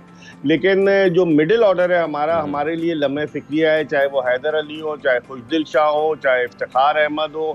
मिडिल ऑर्डर हमारा बड़ा अच्छा है। आसिफ अली आखिर में आके मार लेते हैं, एक चौका एक छक्का मार के वो आउट हो जाते हैं। तो हमारे लिए ये बड़ा लम्हे फिक्री है, कब तक हम पाकिस्तान की बैटिंग का दारो मदार इन्हिसार जो है बाबर आजम और रिजवान पर करते रहेंगे। शान मसूद आए गुड बैट्समैन, और शान मसूद को जो है अब मौका मिला है। उन्होंने दूसरे मैच में निस्फ सेंचुरी बनाई, और आज उन्हें इंग्लिश काउंटी यॉर्कशायर ने काउंटी चैंपियनशिप के लिए अपना कप्तान भी मुकर्रर किया है शान मसूद को। तो शान मसूद की मौजूदगी, ये 2-3 प्लेयर्स हैं। अब देखते हैं कि पाकिस्तान का मिडिल ऑर्डर वर्ल्ड कप से पहले तब्दील होता है। यानी आपको याद होगा शाहजेब, पिछले साल भी जब वर्ल्ड कप के लिए टीम जा रही थी, टीम में 3 तब्दीलियां हुई, और फिर आखिरी लम्हे पर जब शोएब मकसूद अनफिट हो गए तो शोएब मलिक को टीम में शामिल किया गया था। मिर्जा साहब, आखिर में ये जरूर बता दीजिएगा, आमिर जमाल की टीम में शमूलियत, और फिर हम देख रहे हैं पहले मैच में उनकी परफॉर्मेंस जो हमने देखी है, आपके ख्याल में ये परफॉर्मेंस कैसी है? देखिए, अच्छी परफॉर्मेंस थी, लेकिन हम लोग बहुत जल्दी ओवर रेट कर देते हैं प्लेयर को कि वाह वाह क्या फैसले कर लेते हैं। आप उसको हाँ बिल्कुल, आप सही कह रहे हैं। अभी उसको खेलने दें। मियाँ वाली में वो पैदा हुआ, इस्लामाबाद में उसने क्रिकेट खेली, उसके वालिद का जो है वो ट्रांसपोर्ट का बिजनेस है, और 2018 से वो फर्स्ट क्लास क्रिकेट खेल रहा है। आमिर जमाल अच्छा है, लेकिन अभी हम एकदम से नहीं कह सकते। उसने आखिरी ओवर जो किया उससे उसके टेम्परामेंट का पता चला, लेकिन जूं वो आगे खेलेगा शाहजेब, जब भी पता चलेगा। एक मैच की परफॉर्मेंस पर आप कह दें कि हमारे पास जो है वो ऑलराउंडर आ गया, तो ये ज्यादती होगी। बिल्कुल सही कह रहे हैं। अच्छा एक साहब, इसका मतलब है कि आज हम जो मैच होने वाला है, अब देखते हैं कि ऑब्वियसली अब जो आने वाली जो सिचुएशन आगे है, शाहीन शाह अफरीदी से मुतालिक क्या इतलात हैं, साथ में आमिर जमाल की टीम में शमूलियत और पहले मैच में परफॉर्मेंस को कैसे देखते हैं, जरा मुख्तसरन बताइएगा प्लीज। जी देखिए, शाहीन शाह अफरीदी का रीहैब हो रहा है और लंदन में है वो, और तवक्को यही है कि वो फिट हो जाएंगे। उन्होंने फिजिकल एक्सरसाइज तो शुरू कर दी है। दूसरे एक पॉइंट में जाते जाते बताता जाऊं कि इस सीरीज में शायकीन ने इतनी दिलचस्पी ली है माया कि कराची में 1,26,550 तमाशाई आए 4 मैचों में, और लाहौर के गद्दाफी स्टेडियम में 27,000 तमाशाइयों के बैठने की गुंजाइश है और लोग टिकटों के लिए सरगर्दा और परेशान हैरान फिर रहे हैं, टिकट नहीं मिल रहे। तो इसका मतलब है कि तमाशाइयों के पॉइंट ऑफ व्यू से ये सीरीज बड़ी जबरदस्त सीरीज साबित हुई है, कामयाब। लेकिन एक चीज देखी गई है बेग साहब कि कराची में वो शोर और हंगामा नहीं था जो लाहौर के शायकीन ने दिया। तो यहाँ पर लाहौर जो है ना, शायकीन का अगर होना तो नंबर ले गई है ना। अच्छा खासा शोर तो था लेकिन इस तरीके से आवाजें हुई थी ना जो गूंज रही थी लाहौर के स्टेडियम में, वो मैंने कराची से नहीं सुनी। माया, आप कराची के मैचेस देखने नहीं गई, मैं चारों मैचों में था और जो आवाजें कराची में लग रही थी, बाज खिलाड़ियों के बारे में पर्ची की भी आवाजें लग रही थी और जो जोश और खरोश था, पाकिस्तान जिंदाबाद के नारे भी थे। मेरे ख्याल में आप मुकाबला करें तो अभी 2 मैच और होने दें, कराची सबकत ले जाएगा। चले ठीक है। और हमें बहुत सारी अच्छी बात है कि स्टेडियम में बहुत ज्यादा फैमिलीज भी नजर आई, जो कि बड़ा अच्छा एक लग रहा था कि इतनी ज्यादा फैमिलीज, मेरे घर के सारे बच्चे गए हुए थे। True, thank you so much Mirza Iqbal Baig साहब, आपने हमें ज्वाइन किया। इस वक्त जो करंट सिनेरियो है, करंट सिचुएशन है, उस पर आपने हमें अपडेट भी किया, बताया भी, लेकिन ये सारी सूरत हाल तो हो गई मैच की। मैच के बाद हमने कुछ जिक्र कर रहे हैं खासतौर पर उन अहम मसाइल का जो कि हम इस वक्त देख रहे हैं मुल्क में, खासतौर पर बारिशों से और सैलाब की वजह से। बिल्कुल ऐसा ही है। अमेरिका में मुकीम पाकिस्तानी सलाह मुतासरीन की मदद के लिए भरपूर किरदार और भरपूर कामत कर रहे हैं। गुज़श्ता दिनों अक़वाम मुत्तहिदा इजलास के दौरान पाकिस्तानी कम्युनिटी के रहनुमा ने दुनिया भर से आए नुमाइंदों को जो है वो साथ में उनके स्क्रीनर पर जो है सैलाब से आई तबाही से मुताल्लिक बताया भी। और रुकन कांग्रेस शैला जैक्सन के साथ जो है वो पाकिस्तानी कम्युनिटी के बहुत सारे रहनुमा यहाँ तशरीफ भी लाए थे। आपने खबरों में देखा भी होगा कि जो है बहुत सारे लोग पाकिस्तान की कम्युनिटी के, चाहे वो बेल्स कम्युनिटी हो या वहाँ की कम्युनिटी हो, वो पाकिस्तान आए थे मदद लेकर। और उस मदद का क्या हुआ, सैलाबज़दा इलाकों में कैसे गए, कैसे दौरा किया, किस तरीके से कम्युनिटी ने जो है वो काम किया। उनकी कम्युनिटी के रहनुमा तनवीर अहमद साहब हमारे साथ मौजूद इस वक्त। अस्सलाम वालेकुम जी, बहुत शुक्रिया आपने अमेरिका से हमें ज्वाइन किया है। सबसे पहले तो तनवीर साहब, सवाल ये होगा, पाकिस्तान में सैलाब ने बड़े पैमाने पर तबाही की हमने देख रहे हैं, शाहजेब भी कल होकर आए हैं। ये बताइएगा तमाम तर सूरत हाल आपने खुद भी जाके देखी, क्योंकि 7 समंदर पार आप लोगों को नहीं पता होता ग्राउंड रियलिटीज क्या हैं।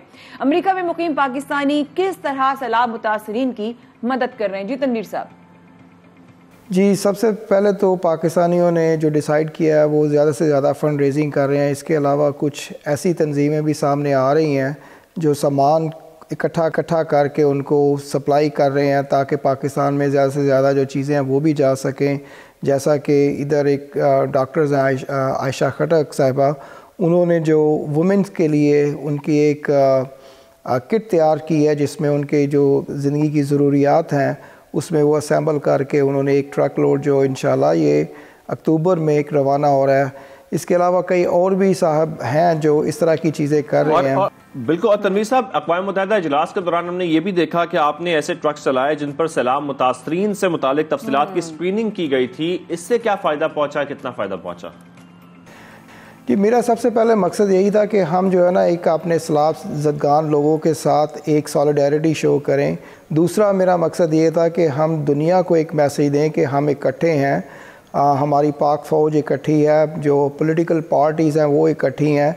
तो एक मैसेज अच्छा ऐसा जाए ताकि जो भी वर्ल्ड के लीडर्स उधर आए हुए हैं उनको यही लगे कि इस वक्त जो इन्होंने अपने जो डिफरेंसेस है वो एक अलग करके इस वक्त पूरी की पूरी जो कौम है वो सैलाब ज़दगान के लिए एक ऐसी कोशिश कर रही है जिससे ज़्यादा से ज़्यादा पाकिस्तान को उसका जो फ़ायदा हो सके। साथ साथ ये भी बताइएगा, ऑब्वियसली आपके पास भी वक्त कम होगा और यहाँ बाहर पाकिस्तान में दिन है और वहाँ रात का वक्त है। सैलाब मुतासरीन की बहाली के लिए अब मजीद जो इक़दाम हैं, फ्यूचर प्लान्स क्या है, मजीद रोड मैप क्या है और आप क्या कदम उठाने जा रहे हैं आने वाले दिनों में? जी देखिए, कुछ काफ़ी सारी चीज़ें जो है ना हमें आउट ऑफ द बॉक्स करनी चाहिए, थोड़ी सी ना डिफरेंट सोच के साथ चलना चाहिए।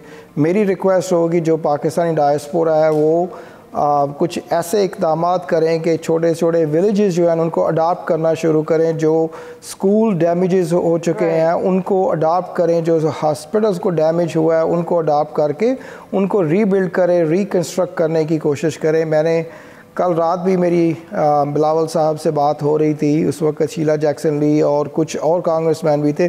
मैंने उधर यही एक प्रपोज़ल दिया था कि हमें एक मॉडल जो है ना वो तैयार करना चाहिए जिसका इस तरीके से हम प्लानिंग करें ताकि उसकी जो सीवरेज है वो भी अंडरग्राउंड हो।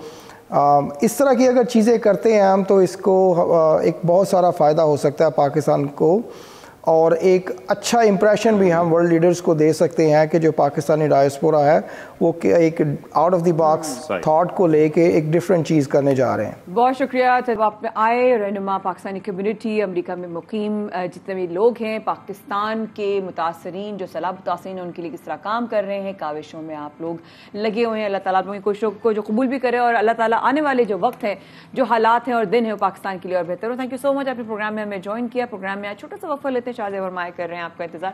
Please do stay with us.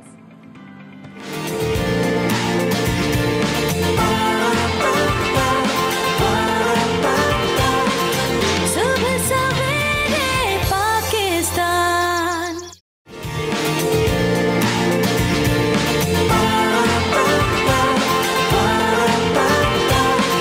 सुबह सवेरे पाकिस्तान। आप देख रहे हैं सुबह सवेरे पाकिस्तान। हमने जिक्र किया बारिशों का और सैलाब का। बारिशों और सैलाब ने मुल्क के मुख्तलिफ हिस्सों को नुकसान पहुंचाया है और प्रोग्राम के आगाज़ में हमने एग्रीकल्चर सेक्टर की भी बात की थी, ख़ास तौर पर क्योंकि ज़राई मुल्क है हमारा और एग्रीकल्चर सेक्टर बेहद मुतासर हुआ है मुख्तलिफ सूबों में।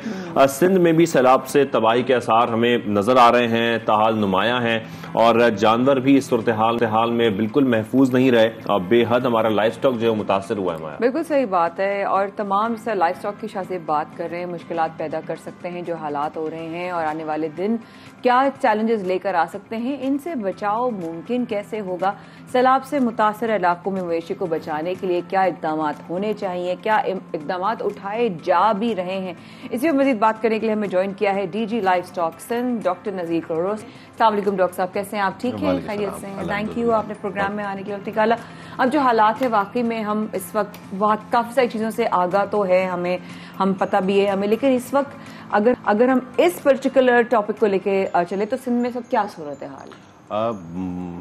बहुत लाइफ स्टॉक के हवाले से हम देखें कि अगर ह्यूमन लेवल पे जितनी भी एफर्ट अपनी जगह पे, लेकिन डिजास्टर इतना बड़ा है कि ह्यूमनली पॉसिबल नहीं है कि आप सबको मैनेज कर पाएं। सही बात। और ये एक किस्म का अनप्रेसिडेंट एक एक्टिविटी थी जिसको किसी ने भी पहले अज्यूम नहीं किया था कि इस तरह के हो जाएंगे। और फिर अगर पता भी चल जाता तो शायद हम 15 दिन में या 20 दिन या 1 महीना भी काफ़ी नहीं था कि इतने सारे बड़े लाइव स्टॉक को आप लेके कहाँ जाएंगे। क्योंकि आप हमारे यहाँ जो एस्टीमेट्स हैं लाइव स्टॉक के, वो जो फूड एनिमल्स हैं जहाँ से दूध गोश्त आता है वो तकरीबन 47 से 50 मिलियन है। जितने ह्यूमन्स हैं उतने लाइव स्टॉक है। अब उसको महफूज मकामात पे कैसे मुंतकिल करेंगे और उसको चारा कहाँ से आएगा, वो सबसे बड़ी खुशनसीबी ये थी कि क्योंकि ये डिपार्टमेंट पहले ही एक्टिव था। हमने लंपी स्किन डिजीज़ को माशाल्लाह पूरे पाकिस्तान के अगर देखा जाए तो सिर्फ सिंध वाहिद सूबा था जिनमें 2.5 महीनों के अंदर हमने कंट्रोल किया। अब भी बहुत ज़्यादा सूबों में सूरत हाल बहुत ख़राब है, खासतौर पर पंजाब में, KP में, और हमने अपनी वैक्सीन भी बना ली थी। उस दौरान हमारे कोई 700 के करीब जो टेक्निकल पैरा टेक्निकल स्टाफ था, जो डॉक्टर्स है, और उसके अलावा बाकी जो सपोर्टिंग स्टाफ था 1100 के करीब हमने लोग लगाए थे। तो उस मुहिम को हमने जैसे ही ख़त्म किया जुलाई में, तो उसी के साथ हमने बाकी वैक्सीन को किया। तो शुक्र अल्हम्दुलिल्लाह एक बात तो जो बेहतर हुई है वो ये है कि डिजीज़ के आउटब्रेक्स या वबाई अमराद इतने नहीं आए जानवरों में जितना डैमेज जो है वो फ्लड की वजह से हुआ। अगर आदाद व शुमार को देखें तो हमारी जो अभी, क्योंकि काफ़ी ऐसी एरिया है जहाँ पे हम अभी भी नहीं पहुँच पा रहे हैं और हमारा स्टाफ नहीं पहुँच पा रहा, तकरीबन 4,32,000 जानवर जो है ना वो ख़त्म हो चुके हैं। 4,32,000 के करीब जानवर ख़त्म हो चुके हैं। लेकिन इससे फिर हमारा लाइफस्टाइल सेक्टर कितना मुतासर हुआ है और इसके असरात जाहिर बात है फिर हमें शहरों में भी नजर आएंगे। हमारे जो एस्टीमेट्स हैं वो 37 अरब से ज़्यादा जो है ना वो नुकसान हुआ है सेक्टर को। और शहरों के अंदर ग़िज़ाई किल्लत होगी अगर हमने टाइमली उसके ऊपर एक्ट नहीं किया। बात है। अगर हमने उसका सही बंदोबस्त नहीं किया, और क्योंकि कराची तो मिनी पाकिस्तान है और आप देखें सबसे पहला जो किसी भी चीज़ का इफेक्ट वो कराची में ज़ाहिर होता है। बिल्कुल सही है। और अब सबसे बड़ा जो इफेक्ट आ रहा है वो ये है कि दूध जो है वो बहुत महंगा हो रहा है। रीज़न उसका ये है कि जितना भी चारा था आपका सिंध के अंदर जितना पड़ा था वो डिस्ट्रॉय हो गया। जो खड़ा था, फसलें खड़ी थी चारे की फसलें, और जो स्टोर्ड था वो भी भीग गया या ख़त्म हो गया, क्योंकि आप काफ़ी एरिया में, मिसाल के तौर पे अगर राइट बैंक पे आप जाएं, सही बात है, तो खैरपुर नाथन शाह, मेहड़ और ये इलाके जो हैं अभी भी 8 फुट 9 फुट पानी, बहुत पानी है, तो ये 12 फुट पानी में आपका चारा तो सेवन में अभी भी 8-8 फुट पानी, तो ये एरिया में भी बहुत बुरे हालात। ये एरिया वो थी ककड़ से लेके जहाँ पे हमारा जो भूसा है वो स्टोर किया जाता था। फिर अबर दूसरा जो चारे का सबसे बड़ा सोर्स था वो हमारा सांगड़ वाला एरिया था, उधर पानी खड़ा है। फिर नौशर फरोज, नवाब शाह, क्योंकि ये आबादी वाले यही इलाके थे, वही इफेक्ट हुए। तो उससे ये हुआ है कि चारा जो है वो पहुंच नहीं पा रहा जो मंडियों के ऊपर, कैटल मंडीज में अब, या फिर जो कैटल कॉलोनीज हैं जिस तरह लाडी वगैरह है, तो चारा बहुत ना पहुंचने की वजह से चारा महंगा भी मिल रहा है, डिमांड बहुत ज्यादा है। पंजाब के ऊपर इन्हिसार कितना करेंगे, उनकी अपनी रिसोर्सेज है, एक महदूद वसाइल के मुताबिक चल रहे थे, लिमिटेड है ना। एक चीज जो है वो हम बहुत ज्यादा कोशिश कर रहे हैं, फार्मर्स को एडवाइस कर रहे हैं कि जल्द से जल्द जो है ना पानी निकालें, ताकि एक रोड ग्रास होता है जो 7 कट से ज्यादा देता है, वो कुछ एरियात में अभी हम चाह रहे हैं कि इसको प्रमोट करें, जल्द से जल्द वो जो है ना इसकी रिप्लेसमेंट करें, वरना। और जो सबसे बड़ा जो इशू सिंध के अंदर हुआ है वो ये हुआ कि लोग जब अपनी जानें महफूज नहीं थी, लोग अपने बंदों पे या रेज्ड एरिया पे आ गए अपने, तो कुछ जानवरों को ले आए, तो उनके पास अपने खाने को नहीं था, तो चारा जानवरों को कहाँ से खिलाते। अब चारा नहीं था तो लोगों ने देखा कि यार मेरे सामने मेरी भैंस बकरी मर रही है, इससे अच्छा है कि इसको मैं बेच दूं और मैं अपने लिए भी कुछ बंदोबस्त कर लूं, और ये कम से कम मेरे सामने मर तो नहीं जाएगी। सही बात है। उससे कुछ जो है ना मफाद परस्त टोले आए, ठीक है, और उसमें से ज्यादातर वो सिंध से नहीं थे, बाहरी से, सिंध से, आउट ऑफ सिंध। जो लोग 4 लाख रुपए की भैंस ले आए थे, उसको 50,000 औने पौने दामों उसको बेचनी पड़ी मेरे सामने ही, हमारे सामने, हम कुछ नहीं कर पा रहे थे। बिल्कुल ये मेरे आंखों को देखा हाल है। जिनका बकरा जो है वो ईद पे 75,000 80,000 पे बिक रहा था, और कुछ दाने वो वापस ले गया, तो अभी कोई 10,000 5,000 में बेच रहा है, सिर्फ इसलिए कि उनको पता है वो मजबूर हैं, तो उनको खाने पीने के लिए पैसे भी नहीं है, दरकार ही नहीं है। जी बिल्कुल। किस तरह निकलेंगे डॉक्टर साहब इस तरह की जो इस वक्त जो हमारे हालात है, जो आप बता रहे हैं ग्राउंड रियलिटीज, इससे हमें निकलने में कितना टाइम लग जाएगा अंदाजा? देखिए, अगर लॉसेस को पूरा करेंगे और कहीं से हेल्प नहीं आती, तो हमें तो कम से कम 10 से 15 साल लगेंगे उस पोजीशन में पहुंचने में। लेकिन अगर इंटरनेशनल जिस तरह जो है ना वो हमारी मरकजी हुकूमत और सूबाई हुकूमतें जो केस लड़ रही हैं, खास तौर पर अक़वाम मुत्तहिदा में जितनी बातें हुई हैं कि ये हमारा कसूर नहीं था, ये जो पानी, फ्लड और क्लाइमेट की वजह से हमारे हुआ है, ये अमल किसी और का था, नुकसान हमें भरना पड़ रहा है। तो इस वजह से इंटरनेशनल कम्युनिटी जो है ना इसके ऊपर आए और पार्टिसिपेट करें। जब तक वो रिस्पॉन्ड नहीं कर चुका है, अब आप लोग क्या कोशिश करेंगे, क्या इकदाम फौरी तौर पर मुल्क के अंदर या खासतौर पर सिंध के अंदर उठाए जाएंगे ऐसे कि इस चीज को रिकवर किया जा सके? सबसे पहली बात यह है कि जो हम अभी कह रहे हैं कि मजीद नुकसान ना हो, उस वजह से तो ये है कि हमारे पास कोई 227 हमने मुख्तलिफ कैंप लगाए, जहाँ जहाँ पे इंसानों की कैंप है वहाँ पे जानवरों के इलाज मुआलजे की जगह है। सिंध हुकूमत ने जल्दी में अपनी रिसोर्स में ये किया कि जो हमारी साल वाली बजट होती है वो हर 3 माह में मिलती है, वो फ़ौरन हमें मुहैया कर दी कि आप इमीडिएटली जाएं और जो भी है मेडिसन इस तरह की वो लें। हमने मखसूस मेडिसन लेके उसको फर्दर नुकसान से बचा रहे हैं। दूसरा, सिंध हुकूमत ने अभी जो फैसला किया है कि कोई 15 दिन तक हम कोशिश कर रहे हैं कि तकरीबन जो है ना वो 1 मिलियन या 2 मिलियन जो डिस्प्लेस्ड लाइव स्टॉक है उनको हम चारा दे पाएँ कि जो बंदों पे बैठे हैं मजबूरी की वजह से वो बेचे नहीं। एक तो हमारी लेवल पे ये हो रहा है, हमने इंटरनेशनल कम्युनिटी के अंदर और फिर हमने अपने केसेस पे लिखे हैं कि हमें शॉर्ट टर्म और लॉन्ग टर्म प्लान चाहिए। शॉर्ट टर्म प्लान ये चाहिए कि एक तो सबसे पहली बात ये है कि जो भी कच्चे वाली एरिया थी वहाँ पे लोगों के पास मुर्गियाँ होती हैं, अब वो मुर्गियाँ तो टोटल ख़त्म हो गई, यानी तकरीबन हमारी पॉपुलेशन थी 17 मिलियन के करीब जो थी वो बैकयार्ड पोल्ट्री फार्मिंग थी, और तो मिला के तो वो तो टोटल वेस्ट खत्म हो गया, क्योंकि बरसात मुसलसल 2 महीने चली। सही बात है, बहुत मुर्गी जो है वो बर्दाश्त नहीं कर सकती, और नीचे पानी है तो दाना कहाँ से खाएगी, क्योंकि वहाँ कमर्शियल तो है नहीं। सही बात वो घरों में ऐसे चल फिर रही सही बात है, वो तबाह हो गई। उसके अलावा जो छोटा जानवर था खास तौर पर बकरी, वो पानी या तो पानी में डूब गई या पानी में बह गई या पानी बर्दाश्त नहीं कर पाई, उस वजह से तो अब हमने क्विकली क्या किया है, हमने क्विकली सिंध गवर्नमेंट को और फिर वर्ल्ड बैंक को भी हमने सबमिट किया है 2 महीनों के अंदर आप इमीडिएट रिहेबिलिटेशन करें, क्योंकि लोगों का जितना नुकसान हुआ है अब आपकी क्रॉप सेक्टर जो है ना वो भी 10 महीने तक आने को नहीं है। सही बात पता नहीं कि कब क्रॉप कब दोबारा होगी। बिल्कुल इमीडिएट मैंने प्लान ये दिया है जो मैं आपके सामने पेश करने वाला हूँ कि हम ये करें कि एक भैंस जो है पानी को बर्दाश्त कर सकती है, दूध देने वाली भैंस बछड़े के साथ, ठीक है, जो फैमिली डिस्प्लेस है उनको दे दें, ऑन एन एवरेज हमने उसका क्राइटेरिया रखा है कि 8 से 10 लीटर वो दूध देगी। बिल्कुल सही है। वो हम एक अगर एक खानदान को देते हैं तो उससे कम से कम 500 रुपया उसके जेब में आ जाएंगे, खाने पीने के लिए कुछ हो जाएगा और चारे के ये फॉर्म दवा उठाना बहुत जरूरी है। थैंक यू वेरी मच, बहुत शुक्रिया आपने शो में ज्वाइन किया। और ये जो हालात हैं इससे हमें निकलने की पूरी करनी है, क्योंकि जैसे डॉक्टर साहब फरमा रहे हैं कि 10 से 15 साल तक इस तरह के हालात वापस नहीं हो सकते जिस तरह के सैलाब से पहले थे। यहाँ पे छोटी सी ब्रेक लेते हैं, ब्रेक का वापस आते हैं।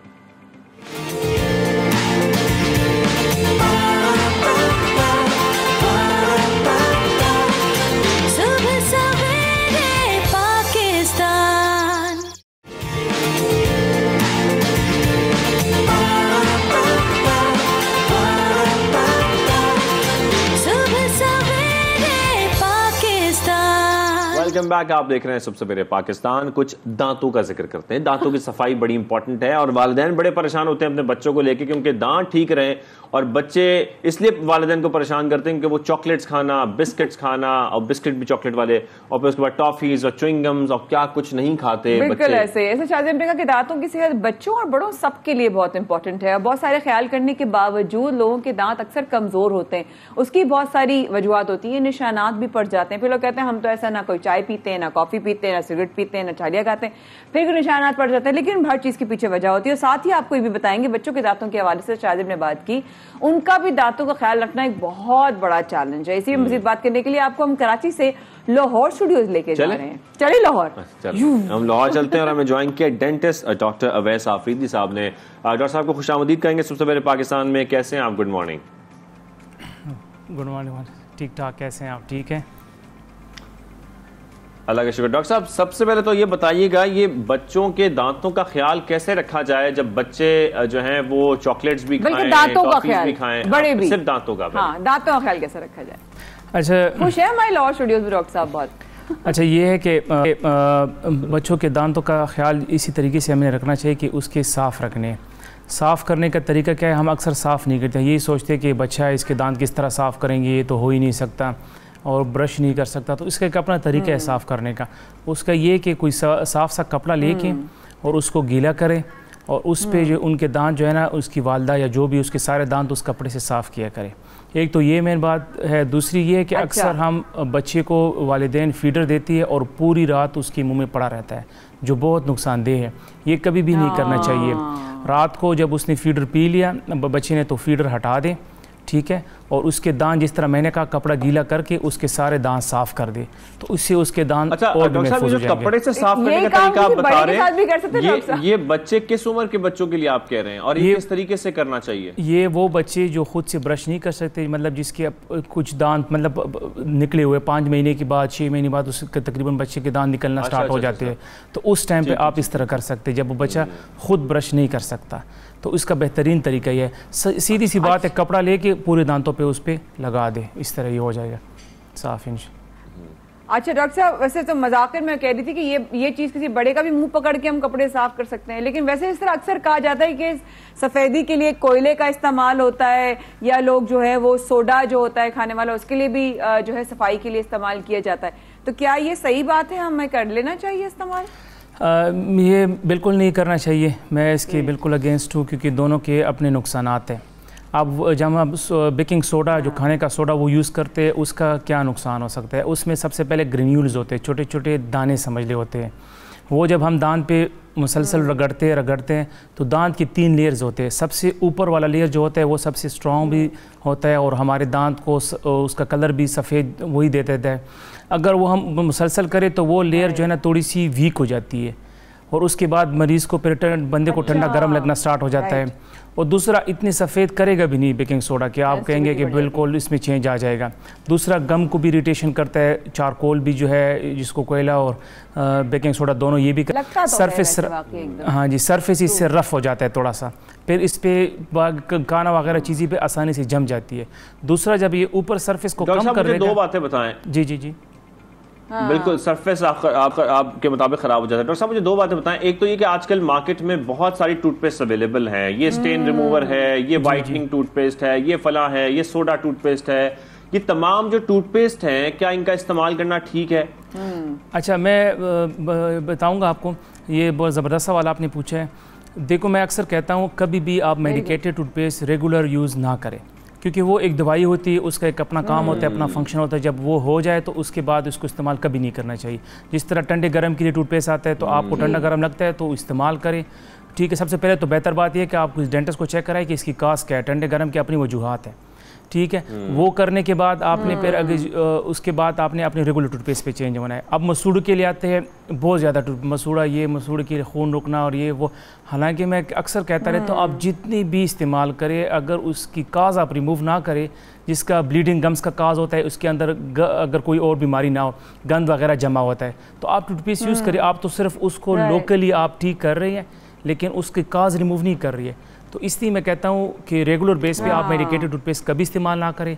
जो नॉर्मल टूथपेस्ट मिलते हैं वो ज़बरदस्त होते हैं, और जो काज होता है उसके लिए आप डॉक्टर को चेक करा दें और उसको काज को बेहतर है कि रिमूव किया जाए। ज़बरदस्त ज़बरदस्त डॉक्टर साहब, वेरी गुड। डॉक्टर साहब, एक चीज़ आपने कहा कि जो मेडिकेटेड टूथपेस्ट होते हैं उनको ज़्यादा इस्तेमाल नहीं करना चाहिए। मैंने एक रिसर्च देखी थी एक जगह पर, आप प्लीज़ बताइएगा कि अगर ये रिसर्च ठीक है कि नहीं।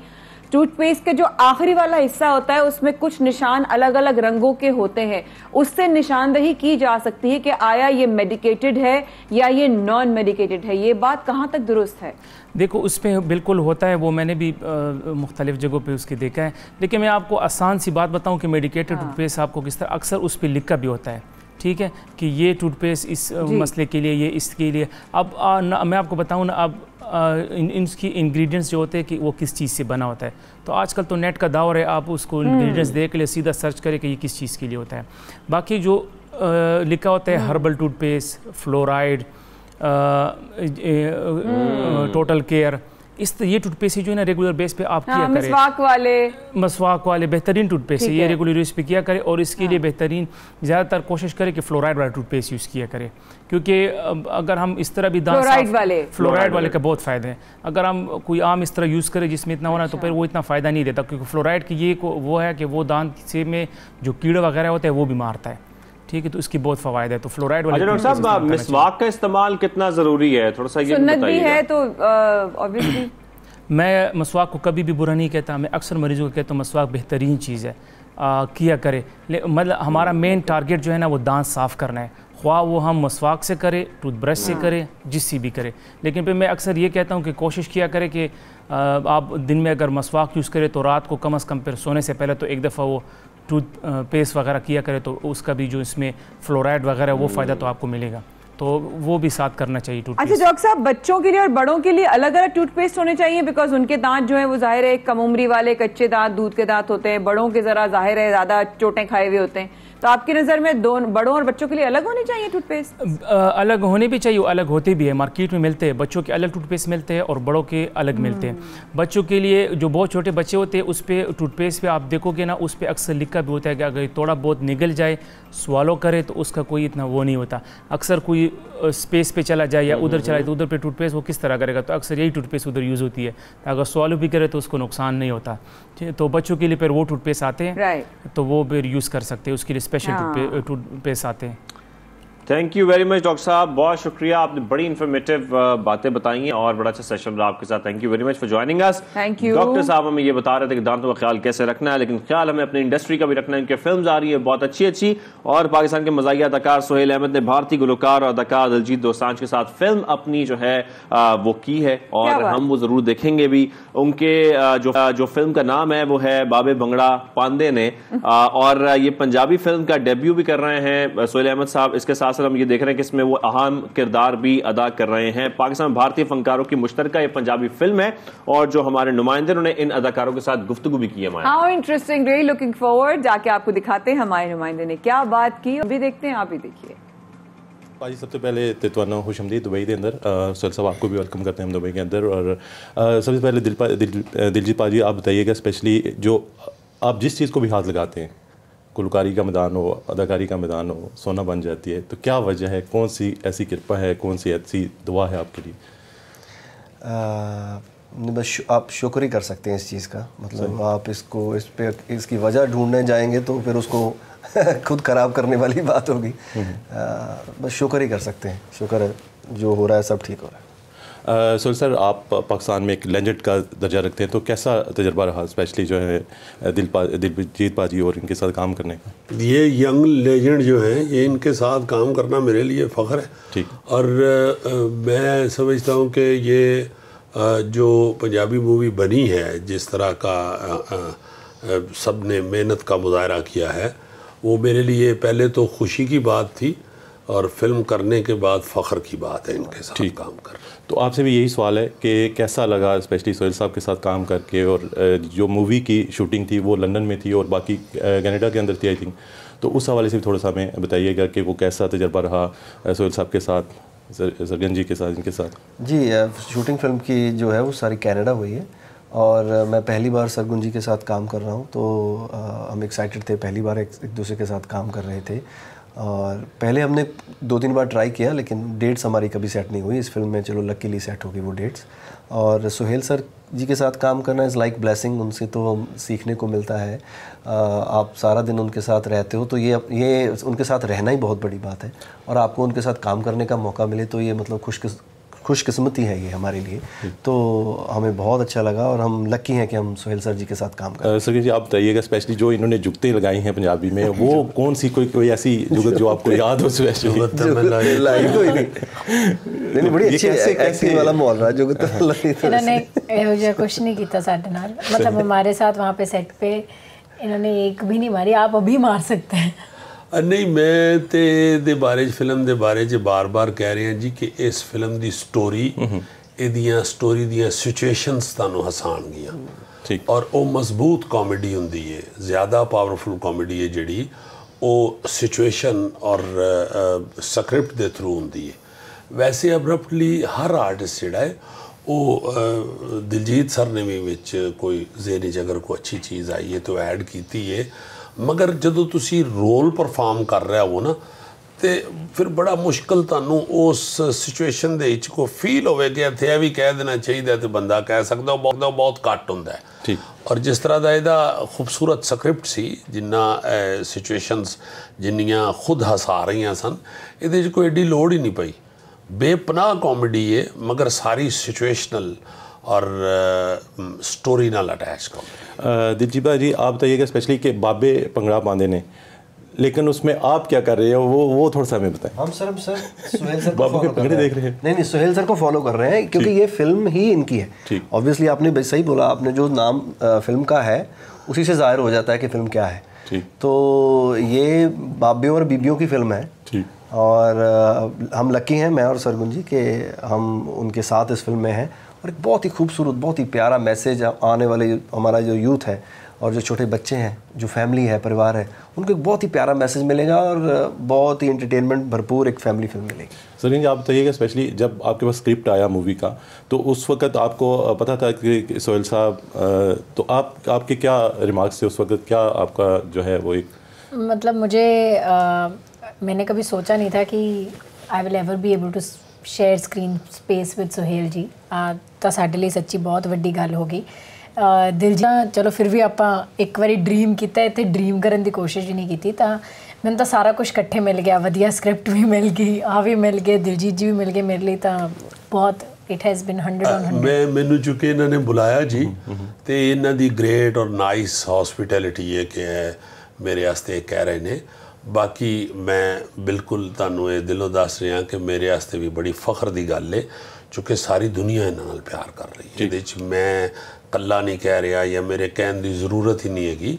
इस वक्त जिहड़ा पंजाबी कल्चर और पंजाबी इंटरटेनमेंट है वो सरताज ने बैठे, इन्होंने इनू पूरी दुनिया के उत्ते वर्ल्ड वाइड इन्हें इंट्रोड्यूस करवा दिता है। हुण तो गोरे भी ढोल ते नचण डे ने इन्हां दे गाणियां दे उत्ते और इन्हां दी परफॉर्मेंस वेख के हुण ते पूरी दुनिया ही लोग। सर, जिस तरह आपने कहा कि ये पंजाबी जो है कल्चर, पंजाबी सिनेमा जो है उसके सरताज हैं, तो क्या समझते हैं कि जो स्पेशली जिस तरह ये यूथ को लेके चल रहे हैं, यंग जनरेशन को लेके चल रहे हैं, तो आप माशाल्लाह खुद एक सीनियर हैं, लेकिन इनसे कुछ सीखा आपने या कुछ सीखने का? बहुत कुछ। नहीं, सीरियसली ये बड़ी अच्छी बात है। देखो एक्टर जिहड़ा है ना जी, जिहड़ी एक्टिंग है ये तो तुसी बुढ़े वारे तक सीखते रहते हो। ਤੁਹਾਨੂੰ ਕਿਸੇ ਲਈ ਵੀ ਕੋਈ ਐਸੀ ਸਿਚੁਏਸ਼ਨ ਆ ਸਕਦੀ ਹੈ ਤੁਹਾਡੇ ਸਾਹਮਣੇ, ਕੋਈ ਸਕ੍ਰਿਪਟ ਐਸਾ ਜਾਂ ਕੋਈ ਲਾਈਨ ਐਸੀ ਫਿਲਮ ਦੀ ਜਾਂ ਟੀਵੀ ਦੀ ਜਾਂ ਕਿਸੇ ਚੀਜ਼ ਦੀ ਵੀ ਜਿਹੜੀ ਤੁਸੀਂ ਪਹਿਲੇ ਨਹੀਂ ਕੀਤੀ, ਔਰ ਫਿਰ ਇਹਦਾ ਜਿਹੜਾ ਇਹ ਆਬਜ਼ਰਵੇਸ਼ਨ ਦਾ ਕੰਮ ਹੈ ਨਾ ਜੀ, ਜੋ ਤੁਸੀਂ ਆਬਜ਼ਰਵ ਕਰ ਰਹੇ ਹੋ, ਬੰਦਾ ਰੋ ਕੇ ਸਾਰੇ ਹੀ ਰੋ ਲੈਂਦੇ ਨੇ, ਸਾਰੇ ਹੀ ਹੱਸ ਲੈਂਦੇ ਨੇ, ਸਾਰੇ ਹਸਾ ਲੈਂਦੇ ਨੇ, ਉਹਨੂੰ ਤੁਸੀਂ ਆਪਣੇ ਸਟੋਰੀ ਦੇ ਵਿੱਚ ਮੈਨੇਜ ਕਰਨਾ ਔਰ ਉਹਨੂੰ ਉਹਦੇ ਵਿੱਚ ਫਿੱਟ ਕਰਨਾ, ਇੰਨਾ ਕੋਈ ਕੰਮ ਹੁੰਦਾ ਆਰਟਿਸਟ ਦਾ, ਤੇ ਉਹ ਸਿੱਖਦਾ ਰਹਿੰਦਾ ਹੈ। ਮੈਂ ਇਹਨਾਂ ਕੋਲੋਂ ਬਹੁਤ ਕੁਝ ਸਿੱਖਿਆ ਸੀਰੀਅਸਲੀ। ਮੈਂ ਇਹ ਜੋ ਮਰਜ਼ੀ ਕਹੀ ਜਾਣ, ਜਿੰਨਾ ਵੀ ਇਨਕਾਰ ਕਰਨ, ਮੈਂ ਨਹੀਂ ਛੱਡਣਾ ਇਹਨਾਂ। ਇਹ ਇਤਨੇ ਨੈਚੁਰਲ ਨੇ ਦੋਵੇਂ ਮਾਸ਼ਾਅੱਲਾ, ਇਤਨਾ ਨੈਚੁਰਲ ਪਰਫਾਰਮ ਕਰਦੇ ਨੇ ਔਰ ਇਤਨੀ ਫੀਲਿੰਗਸ ਨੇ ਇਹਨਾਂ ਦੀ ਪਰਫਾਰਮੈਂਸ ਵਿੱਚ ਕਿ ਇੱਕੋ ਹੀ ਟ੍ਰੇਲਰ 'ਚ ਵੀ ਇੱਕ ਲਾਈਨ ਚੱਲਦੀ ਹੈ, ਉਹ ਇੱਕੋ ਹੀ ਲਾਈਨ ਇਹਨਾਂ ਨੇ 2 ਐਕਸਪ੍ਰੈਸ਼ਨ ਨਾਲ ਕਹੀ ਹੈ। पहले वो रौले च कहिए, फिर वो सोच के कहिए, हैं बाबा मार दिए। वो उसी से फील होता है कि ये कितनी वेरिएशन वाले आर्टिस्ट हैं। तो सरगुन जी को भी जब देखा है गाना करते हुए तो ये बहुत प्यारी लग रही थी, जब परफॉर्म करते हुए देखा है तो ये एक बड़ी मंजी फनकारा, बड़ी अच्छी आर्टिस्ट लग रही थी। सो ये बड़ी अच्छी बात है। और मैं तो ये बबांगे दोहल ज़रूर कहता हूँ कि मैं अपने जूनियर से भी सीखता हूँ, और फिर इन लोगों का तो बड़ा नाम है, ये तो पूरी दुनिया के स्टार हैं, तो आपको ये मौका मिलता है सीखने का कि ये किस अंदाज को अपना के, किस बिहेव को अडॉप्ट करके तो ये इस मंजिल तक पहुँचे हैं, ये पूरी दुनिया को नज़र आ रहे हैं। ये बड़ी पावर होती है बंदे की, आर्टिस्ट की बड़ी पावर, बड़ा पावरफुल आर्टिस्ट। कुछ कहने लगे थे इस पे, और नहीं मैंने लेकिन वो सोहेल साहब क्योंकि मैंने इनसे सवाल किया तो आप थोड़ा सा फील कर गए इसको। नहीं फील नहीं किया वो आप मतलब वो क्योंकि हम सर सोहेल सर वो होता है कि आप फील नहीं किया पहले तो भाई फील नहीं किया। एक सोहेल, हम सोहेल सर के फैन हैं, और इन जैसे होता है ना कि अगर आपने किसी से उड़ाड़ा सीखा हो उस चीज़ का, सही, और फिर आप टीचर को बोलो कि आपने क्या सीखा, तो उड़ाड़ा तो इनसे सीखा है, सही, तो उस पर सीखने की गुंजाइश बचती नहीं है। जिससे पूरी चीज़ बनती है, जिससे कोई एक वाक्य बनेगा, उसकी जो लिपि है वो तो हमने इनसे सीखी है, इनके काम से सीखी है। तो फिर तब मैं गुस्सा नहीं अपने फैंस आपके यहाँ भी यूएई के अंदर भी बहुत सारे फैंस हैं, उनके नाम मैं मुख्तसरन एक छोटा सा मैसेज आप दे दीजिए फिर इससे आप सोहेल साहब। सबको बहुत प्यार, कुछ हम बोलते हुए गलती कर गए हैं उसके लिए माफ़ी। और एक ये फैमिली एंटरटेनमेंट फिल्म है, फैमिली पूरी एंजॉय कर सकती है। और हम लकी हैं, हम सोहेल सर के साथ काम कर रहे हैं, मैं और सरगुन जी, और हमें ये मौका मिला है, हम ब्लेस्ड हैं। आप भी आएँ और एक बहुत ही प्यारी फैमिली एंटरटेनमेंट आपको फिल्म देखने को मिलेगी, और बहुत ही प्यारा मैसेज इस फिल्म में आपको मिलेगा। यही जी कि फैमिली एंटरटेनर फिल्म है। आप लोगों ने हमेशा ही हमें बहुत बहुत प्यार दिया है, इस बार फिर बहुत सारा प्यार दीजिए हमें। 5 अक्टूबर को आ रहे हैं बाबे पंगड़ा पहुँचे। सोहेल साहब आपसे ये सवाल मैं आखिरी सवाल करना चाहूँगा कि आपका अपना एक कॉमेडी शो बड़ा सुपर डुपर हिट जा रहा है, तो उसमें आपने दावत दी है? हस्बे हाल में बिल्कुल, हमारे लिए तो बड़ी फ़ख्र की बात है। ये अभी जब भी इनको मौका मिलेगा पाकिस्तान आने का, चूँकि ये बहुत बिजी आदमी है, दिलजीत साहब ने तो मैं सोचना वा कि यार ये किधरे सुते पे भी कोई काम ही कर रहा है। तो ये जितना बिजी मैंने इनको देखा है, 1.5 महीना मैं इनके साथ रहा हूँ, तो ये दोनों ही, सरगुन जी भी बहुत बिजी हैं, टीवी, अपना फिल्म प्रोडक्शन, ये वो, तो ज़रूर ये आएंगे। और मैं इनको दावत भी देता हूँ, बार बार मैंने कहा है कि ज़रूर आप आएँ। जी, डेफिनेट। बल्कि आपको भी मैं कहूँगा जब भी टाइम मिले हजामत ज़रूर करवा लें। यही चाहते थे आप।